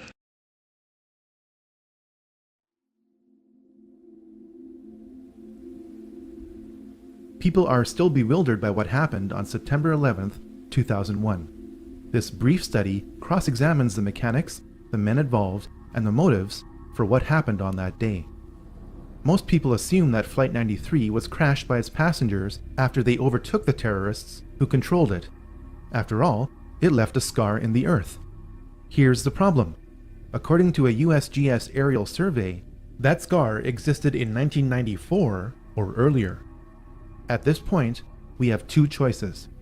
We can choose to believe that a full-sized airliner being fought over can crash into topsoil in precise alignment with a pre-existing scar, leaving that scar relatively intact. We can also choose to believe that only part of the plane landed within that scar. The first option would violate the patterns of hundreds of airplane crashes over decades. The second option forces us to ask whether pieces of the plane were found in other locations. Indeed, this is the case. Small pieces of the plane were spread out over a debris field several miles long. This forces us to ask how the plane disintegrated. According to retired Colonel Don de Grand Pré, it was shot down by a member of the Air Force. We have since learned the probable name of the pilot who eliminated Flight 93. Lieutenant Colonel Rick Gibney was the only pilot in the United States Air Force to be given an award in secret for his actions on a special mission on 9/11. Most people assume that Flight 77 struck the Pentagon with no warning by a crack pilot. In recorded testimony before the 9/11 Commission, then Transportation Secretary Norman Mineta recalled what he witnessed in the Presidential Command Center below the White House. During the time that the airplane coming in to the Pentagon, there was a young man who would come in and say to the Vice President, the plane is 50 miles out, the plane is 30 miles out. And when it got down to the plane is 10 miles out, the young man also said to the Vice President, do the orders still stand? And the Vice President turned and whipped his neck around and said, of course the orders still stand. Have you heard anything to the contrary? This testimony proves that the Vice President was aware that something was approaching the Pentagon. Hani Hannour is alleged to have hijacked Flight 77 and flown it into the Pentagon. Here's the problem. The flight parameters for Flight 77, obtained under the Freedom of Information Act from the National Transportation Safety Board, indicate that the flight deck door remained closed once the plane was in flight. The mid-air hijacking of Flight 77 could not have taken place if the cockpit door never opened. One of the popular myths of 9/11 is that the Twin Towers were towering infernos.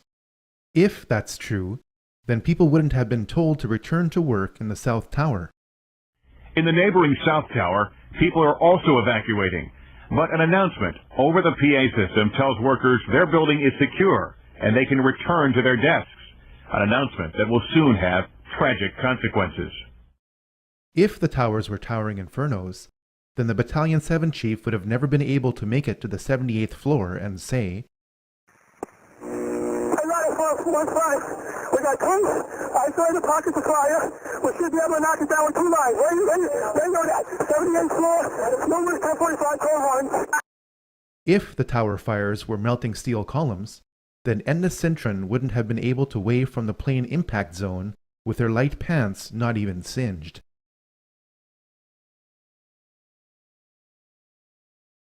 The collapse of Building 7 forces us to consider other possibilities for the collapse of the Twin Towers. Here's the problem. Building 7 was not hit by a plane and not splashed with burning jet fuel, yet at 5:20 p.m. on September 11th, Building 7 fell exactly like the Twin Towers did. For the third time today, it's reminiscent of those pictures we've all seen too much on television before, when a building was deliberately destroyed by well-placed dynamite to knock it down. The most logical explanation for the building collapses on September 11th is the most outrageous, through the use of explosives. All explosives leave residues. A 2009 peer-reviewed scientific paper has been published in the Open Chemical Physics Journal proving that explosive residues of specialized thermite, which could only have been made in advanced military labs, were found in preserved dust samples from the remains of the buildings. Jet fuel is premium-grade kerosene which cannot melt steel. Thermite is a mixture of iron oxide and aluminum. When ignited, it burns at over 2,500 degrees Celsius to instantly liquefy steel. There is plenty of evidence that thermite was used on that day and that it kept reacting for weeks after the buildings collapsed. You'd get down below and you'd see molten steel running down the channel rails. Like you're in a foundry. Yeah, like lava. Like it was Like lava lava. from a volcano. In addition to thermite, 2 other types of explosives were used to level 3 buildings on 9/11. The job of the shape charge is to cut steel H-beams. The way we do this is by cutting the beam at an angle, which, through a series of beams cut at the same angle, will tend to make the building shift over and walk. Shape charges were used to slice through posts at an angle, not straight across, for a reason. The 4-1 should have taken a couple of companies that they were leaving back. Go against another. Keep your eye on that building as they coming down. Building's about to blow up. Move it back. You want to call your mother or something? You gotta get back to here. We made it outside. We made it about a block. We made it at least 2 blocks, and we started running. Floor by floor instead of popping out. It was if they had detonated. Yeah, if they were planned to take down a building. Boom, boom, boom, boom, boom, boom, boom.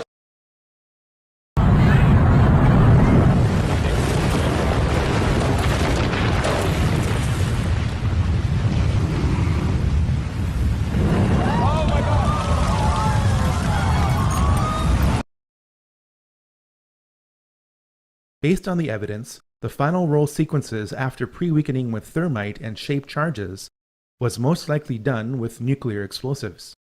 Don't think of Hiroshima. If the United States Army was loading nuclear shells by hand into howitzers 50 years ago, what do you think is available in the 21st century? The evidence for the use of nuclear explosives on 9/11 is substantial. A government report tried to spin the appearance of the radioactive isotope tritium at ground zero in concentrations dozens of times higher than the surrounding area. Hundreds of cars at ground zero burst into flames from the inside out. This is explained with the characteristic electromagnetic pulse of nuclear explosions overloading the vehicle's electronics, causing the vehicles to ignite. It would be foolish to conclude that aviation-grade kerosene would cause this kind of selective damage while leaving truckloads of loose paper around the site untouched. Toxic fumes produced by fires from the continuously reacting thermite and radiation from the final roll sequences explain why 7 out of 10 people with significant exposure to ground zero are dying from a host of illnesses. If explosives were used to destroy buildings on 9/11, they would have had to be placed in the buildings. This is made easier when there was an unprecedented power down in the World Trade Center complex for alleged electronic upgrades on the weekend before September 11, 2001. Is it just a coincidence that the president's brother, Marvin Bush, was on the board of directors for the firm providing security at the World Trade Center? Is it also a coincidence that the firm's contract with the World Trade Center ended on September 10, 2001?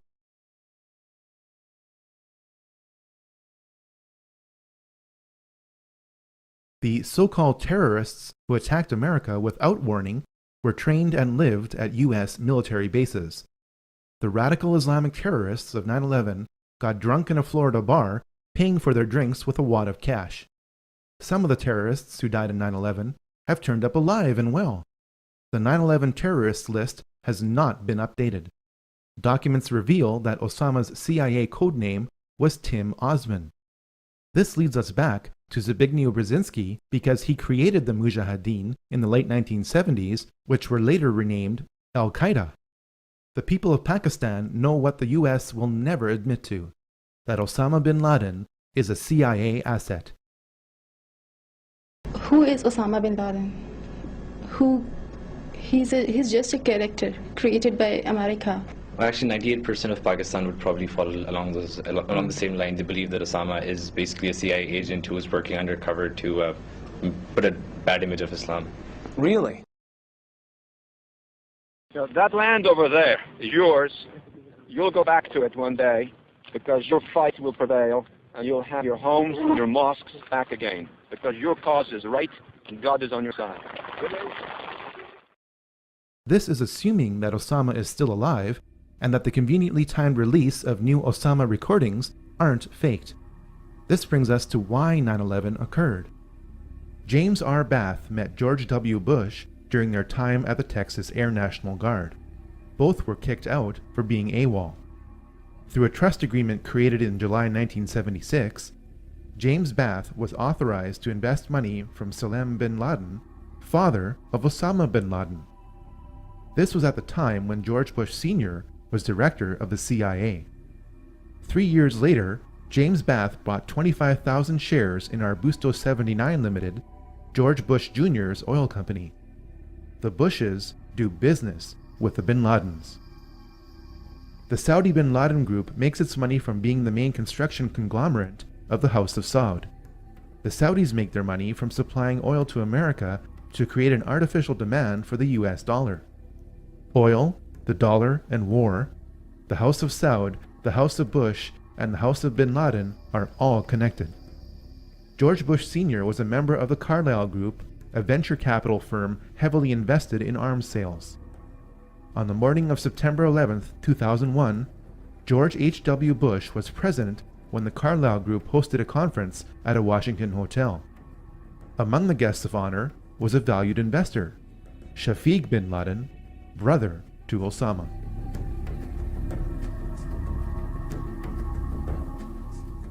Operation Northwoods is the name of a top-secret report produced in 1962 by the highest-ranking military officer in the United States. This report remained classified for nearly 40 years, and for good reason. It suggested that the United States military should attack America under a system of pretexts.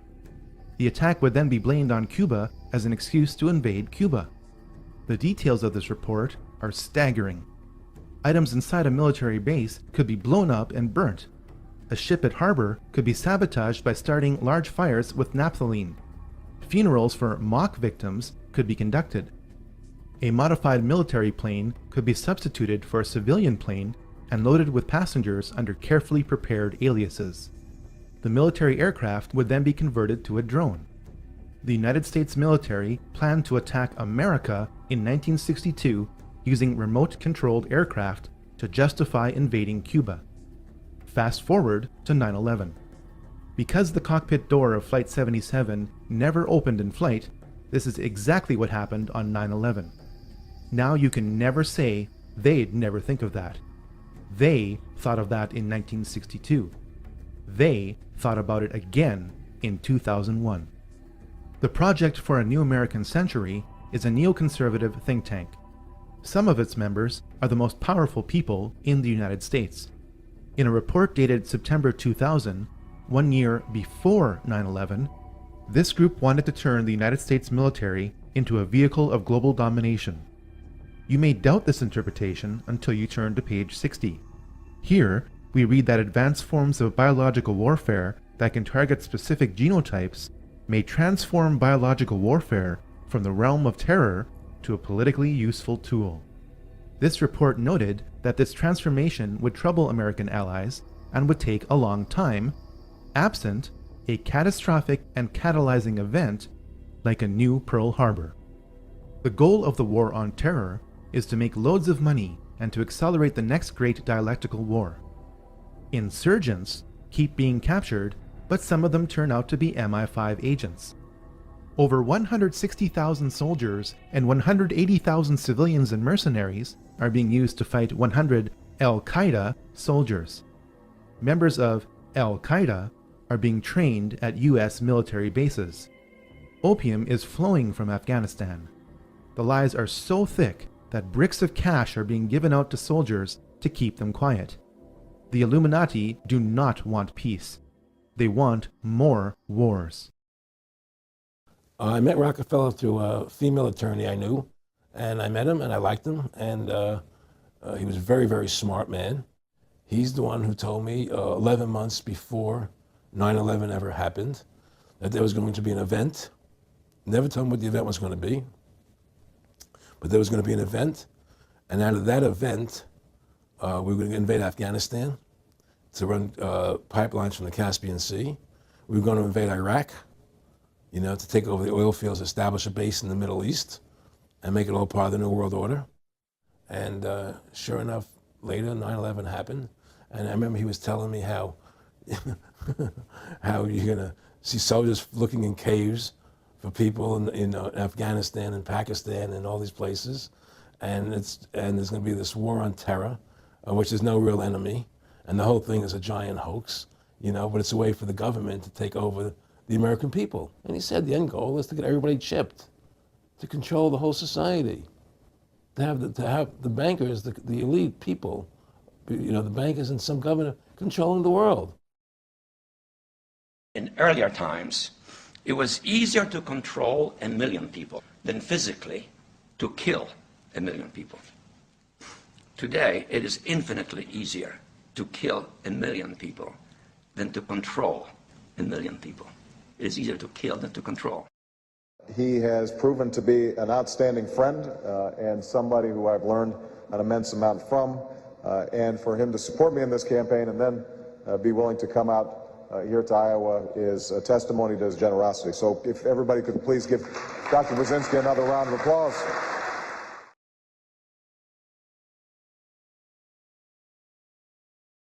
So far, we have learned that over 5,000 years of ancient mystery religions have filtered themselves into Illuminized Freemasonry by the mid to late 1700s.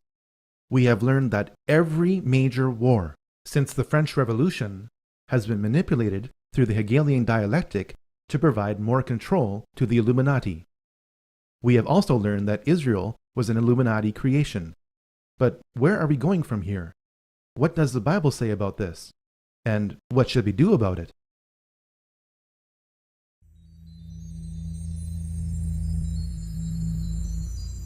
The book of Revelation is filled with a lot of imagery, much of which can be confusing to those who haven't studied it thoroughly. This imagery is a necessary tool used by someone nearly 2,000 years ago trying to describe the complexity of events in our time. Fortunately, the book of Revelation explains a lot of its imagery. Revelation chapter 17 describes a system of world government where a woman rides a beast with 7 heads and 10 horns. Apparently, the world will be divided up at some future point into 10 kingdoms. The truly astonishing part is that this division is happening now.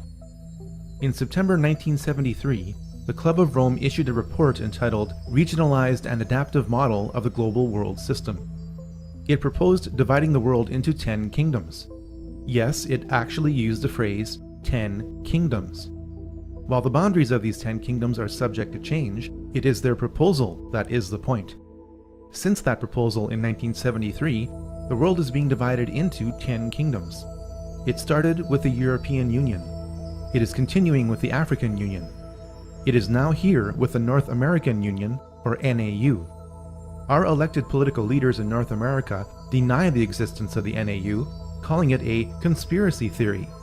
They do so while the Queen's representative in my province of Manitoba lays out its infrastructure. Can you say today that this is not a prelude to a North American Union similar to a European Union? Are there plans to build some kind of superhighway connecting all 3 countries? And do you believe all of these theories about a possible erosion of national identity stem from a lack of transparency from this partnership? A couple of my opposition leaders have speculated on massive water diversions and superhighways to the continent, maybe interplanetary, I'm not sure as well. Manitoba is also taking a major role in the development of a mid-continent trade corridor, connecting our northern port of Churchill with trade markets throughout the central U.S. and Mexico. I'm amused by some of the speculation, some of the old, you call them political scare tactics. If you've been in politics as long as I have, you get used to that kind of technique, where you lay out a conspiracy and then force people to try to prove it doesn't exist. That's just the way some people operate. An alliance has been built with business leaders and state and city governments spanning the entire length of the corridor. When fully developed, the trade route will incorporate an inland port in Winnipeg with pre-clearance for international shipping. I'm amused by the difference between what actually takes place in the meetings and what some are trying to say takes place. It's quite comical, actually, when you realize the difference between reality and what some people are talking on TV about. And we cannot be effective at major economic matters any longer unless we work with our other economic partners around the world and work with them closely and intimately. That is essential. I know some people don't like it. It's a loss of national sovereignty, but it is a simple reality.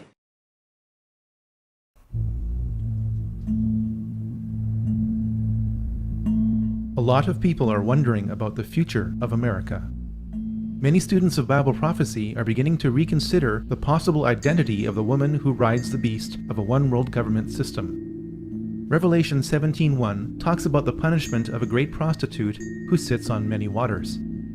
Revelation 17:15 explains the imagery of the waters to mean many peoples, multitudes, nations, and languages. In Revelation 17:18, the woman or prostitute is clearly defined as the great city that rules over the kings of the earth. So far, the Whore of Babylon is a dominant multicultural city. New York is a dominant multicultural city. New York is also home to the United Nations, the premier organization of world government. Revelation 18:11-13 lists the many items you can get from this city. They say you can get whatever you want in New York. Look at the last two items in this list, which are slaves or the bodies and souls of men. This verse is amazingly accurate. The United States was allowed to become the world's biggest debtor nation when it became bankrupt in 1933, eventually along with all other nations, because your birth certificate is a bond. You are pledged as collateral on the debt of your nation. You are traded as a human resource on the stock exchanges of the world, especially in New York, the home to the world's largest stock exchange. At the entrance to New York stands the prostitute who sits on many waters, holding a golden cup in her hand. The prostitute has 7 heads, or 7 rays of initiation, radiating from her crown. The prostitute is none other than Queen Semiramis, the ancient queen of Babylon. At the base of the Statue of Liberty is a plaque. It states that the statue is a gift from the Freemasons of France to the Freemasons of America. Revelation 18:15 talks about the merchants of the world who gained their wealth from her, standing amazed at her destruction. Revelation 18:17 describes the woman being consumed by fire in 1 hour. Whether or not the biblical description of Babylon applies to New York today or Iraq tomorrow is a moot point. The point is that because New York fits the Babylonian archetype, or sign of things to come, we should expect that New York should suffer the same fate as Babylon. If my interpretation of Babylon and its destruction is correct, then there ought to be signs of secret societies in America preparing for its destruction. Perhaps the greatest sign of America's pending destruction is on the back of the US $1 bill. You have been told that the bird on the right is an eagle. That's not what Manly P. Hall viewed it as. He knew that it was a phoenix, the ancient mythological bird of fiery rebirth. The phoenix is used to describe how old systems of power are deliberately destroyed to produce new systems of power. The system of power that is being built now is described on the left side on the back of the US $1 bill. You have been told that the Latin phrase Novus Ordo Seclorum means a new order of the ages. If you understood what the Roman poet Virgil meant when he wrote what this phrase is based on, you would know that it means the same thing as Daniel chapter 2, verse 43. For the meaning of that, you will have to wait until volume 3. For now, it means God hath favored our undertakings, new order secular, or new world order. The occult purpose of America is to usher in the new world order on the back of what appears to be a trusted democracy. This purpose is hidden in plain sight.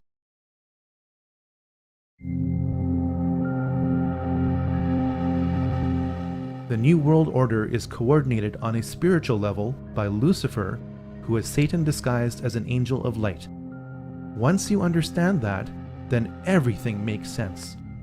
Lenin's associate, Mikhail Bakunin, was under a satanic influence. A satanic theme saturated the poetry of Karl Marx. Perhaps the best quote about the Luciferian agenda comes from Albert Pike's Morals and Dogma. Lucifer, the light-bearer, strange and mysterious name given to the spirit of darkness. Lucifer, the son of the morning, is it he who bears the light, and with its splendors intolerable, blinds feeble, sensual, or selfish souls? Doubt it not. The devil is very real. His main disguise is well described. This is not just because Bible thumpers say so, but because anti-Christians say so. I'm a Christian, sir. I'm pure and virtuous and wholesome and innocent. How can you say anything bad about me? Sir, you need to be born again. I am born again. Now, did you just say that you are Lucifer? I am Lucifer. Okay, define Lucifer for me. Pure, virtuous, wholesome, innocent individual that's out to help people. Lucifer is? Yeah. Say that again. Lucifer is a pure, holy... Virtuous. Virtuous. Now, is he the Lucifer that God created? That's the same one. Oh, man, this is great. I'm going to put this on the internet. Oh, Amen. God bless you, Amen. brother. Because that's exactly what the Shriners and Masons teach, is that Lucifer is light. No. And you're, what you're about those confirming hospitals? it. You know what, sir? Jesus said, many will say to me on that day, Lord, Lord, we did not do these good deeds in your name. And you'll say, away from me, you workers of iniquity. I never knew you. Jesus said it? In Matthew chapter 5. Mercy. No. That's hard to believe. So you're a Christian and you don't know that. Actually, no, I really am.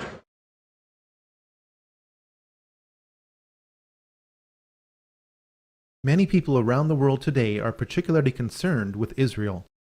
The Bible said 2,600 years ago in Ezekiel 37 that before the third and final Great War, Jews from around the world will begin to be gathered back to Israel, even in unbelief.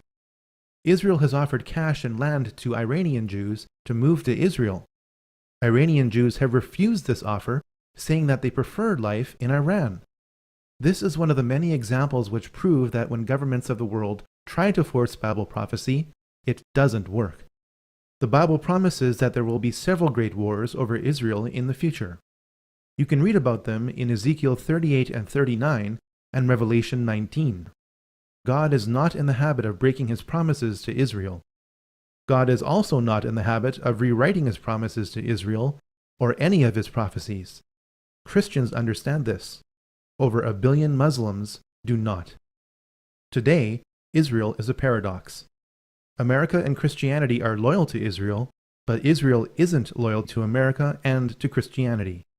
Evidence shows that Israel assisted the United States in the 9/11 attacks on itself so that America would be justified in retribution against Israel's enemies.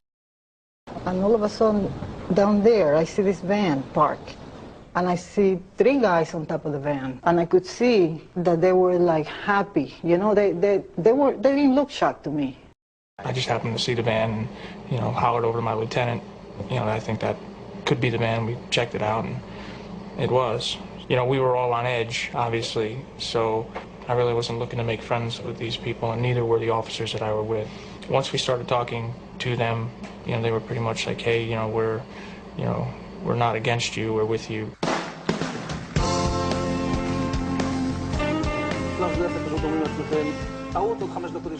And at that point, we were taken for another round of questioning, this time related to our allegedly being members of Mossad. The fact of the matter is, we are coming from a country that experiences terror daily. Our purpose was to document the event. Most directory assistance calls and virtually all call records and billing in the U.S. are done for the phone companies by Amdocs Limited, an Israeli-based private telecommunications company. Amdocs has contracts with the 25 biggest phone companies in America and more worldwide.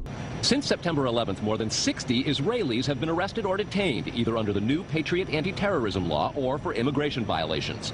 A handful of active Israeli military were among those detained, according to investigators, who say some of the detainees also failed polygraph questions when asked about alleged surveillance activities against and in the United States. Building's going to collapse. Nothing information. Building's going to collapse. Nothing information.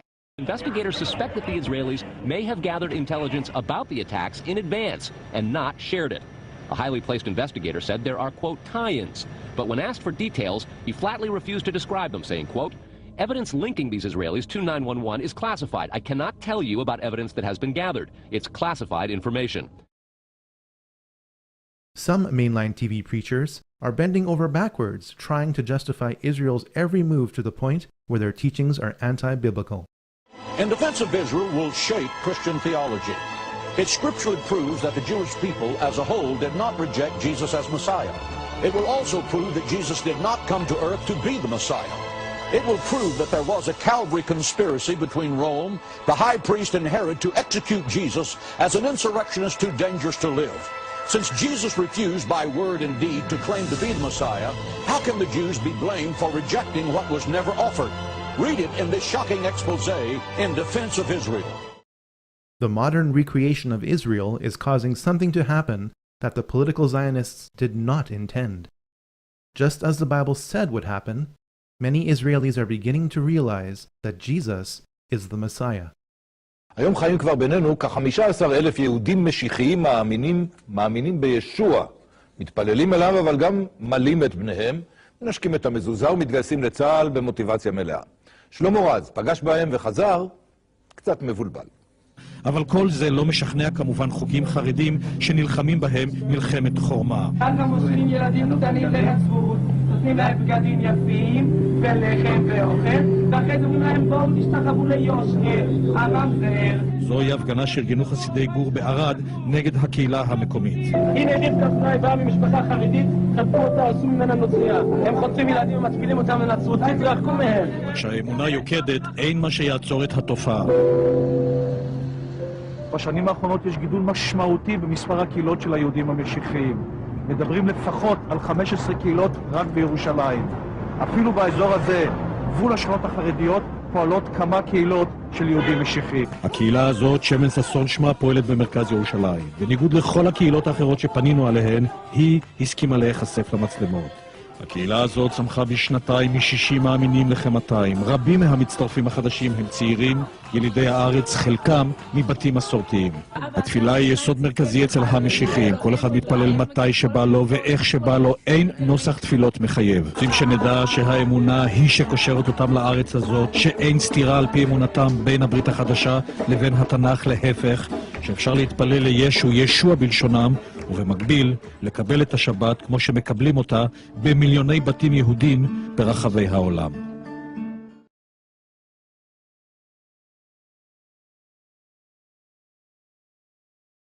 There is a massive spiritual point behind the recreation of Israel. Most of the world's power will continue to return westward at an accelerating pace to where it began, the Middle East. The heart of the Middle East is Israel. The heart of Israel is Jerusalem. The heart of Jerusalem is the Jewish temple. The Bible says that Satan is the prince of this world.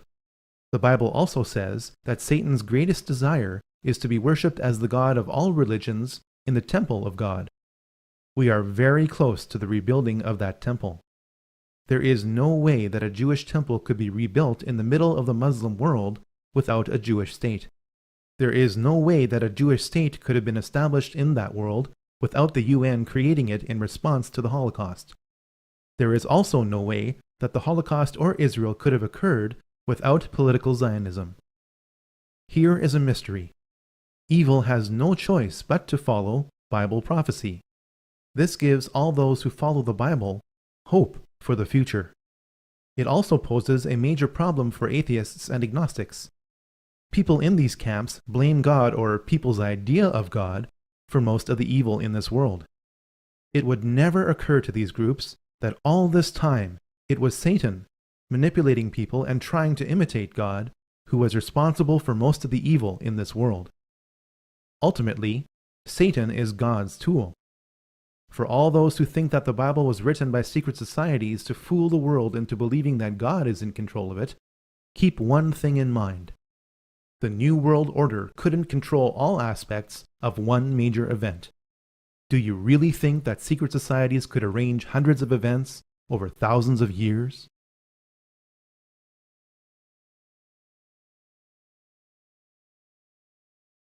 The origin of the evil in this world today is not Freemasonry or Frankism, the Illuminati or the Rothschilds, America or Israel, or any other group or movement. The source of the evil in this world today is sin. Sin is doing what is wrong or not doing what is right according to God's rules.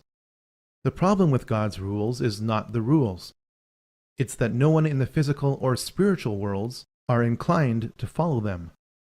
Satan got humanity to break God's rules through lies.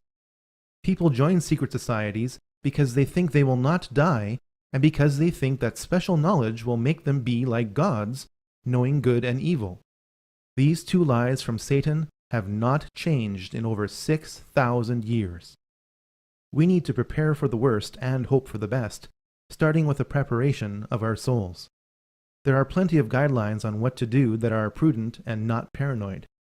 Your elderly parents or grandparents knew what to do, You wouldn't call them paranoid. As you prepare, count your blessings. A final word to Christians. Did you think you could elect Jesus into office? The New World Order owns both sides of the political spectrum. The heart of man is full of evil.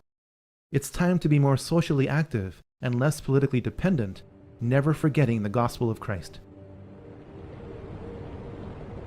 The Americans round up people from the nearby town and force them to witness the horrors that have been committed in their name.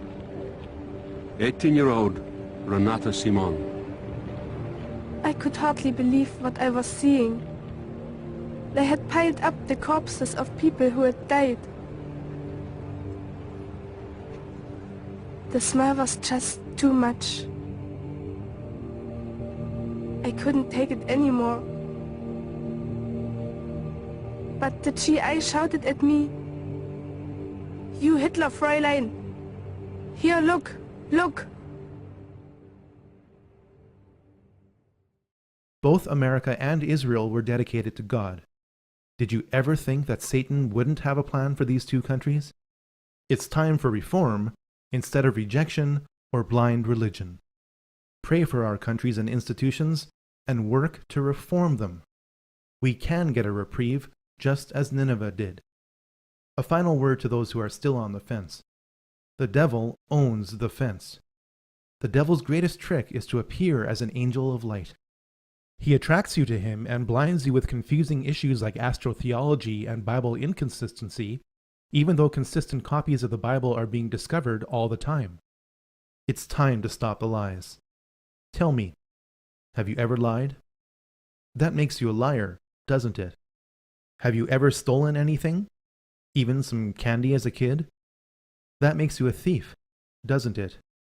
Out of your own heart, you admit that you're a lying thief. You're no better than any member of any secret society. You deserve the punishment that you demand all the tyrants of history get.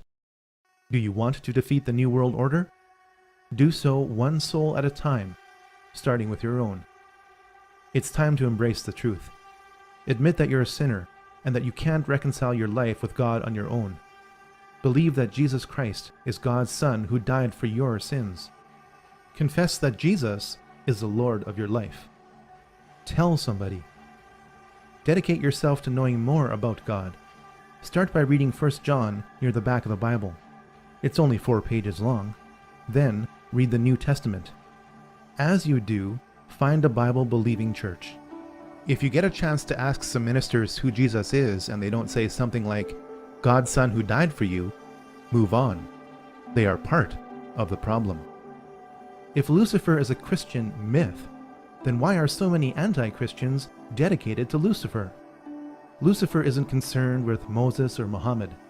He is concerned with trying to be what he could never be, the capstone of heaven. Don't be fooled. Choose who you will serve today.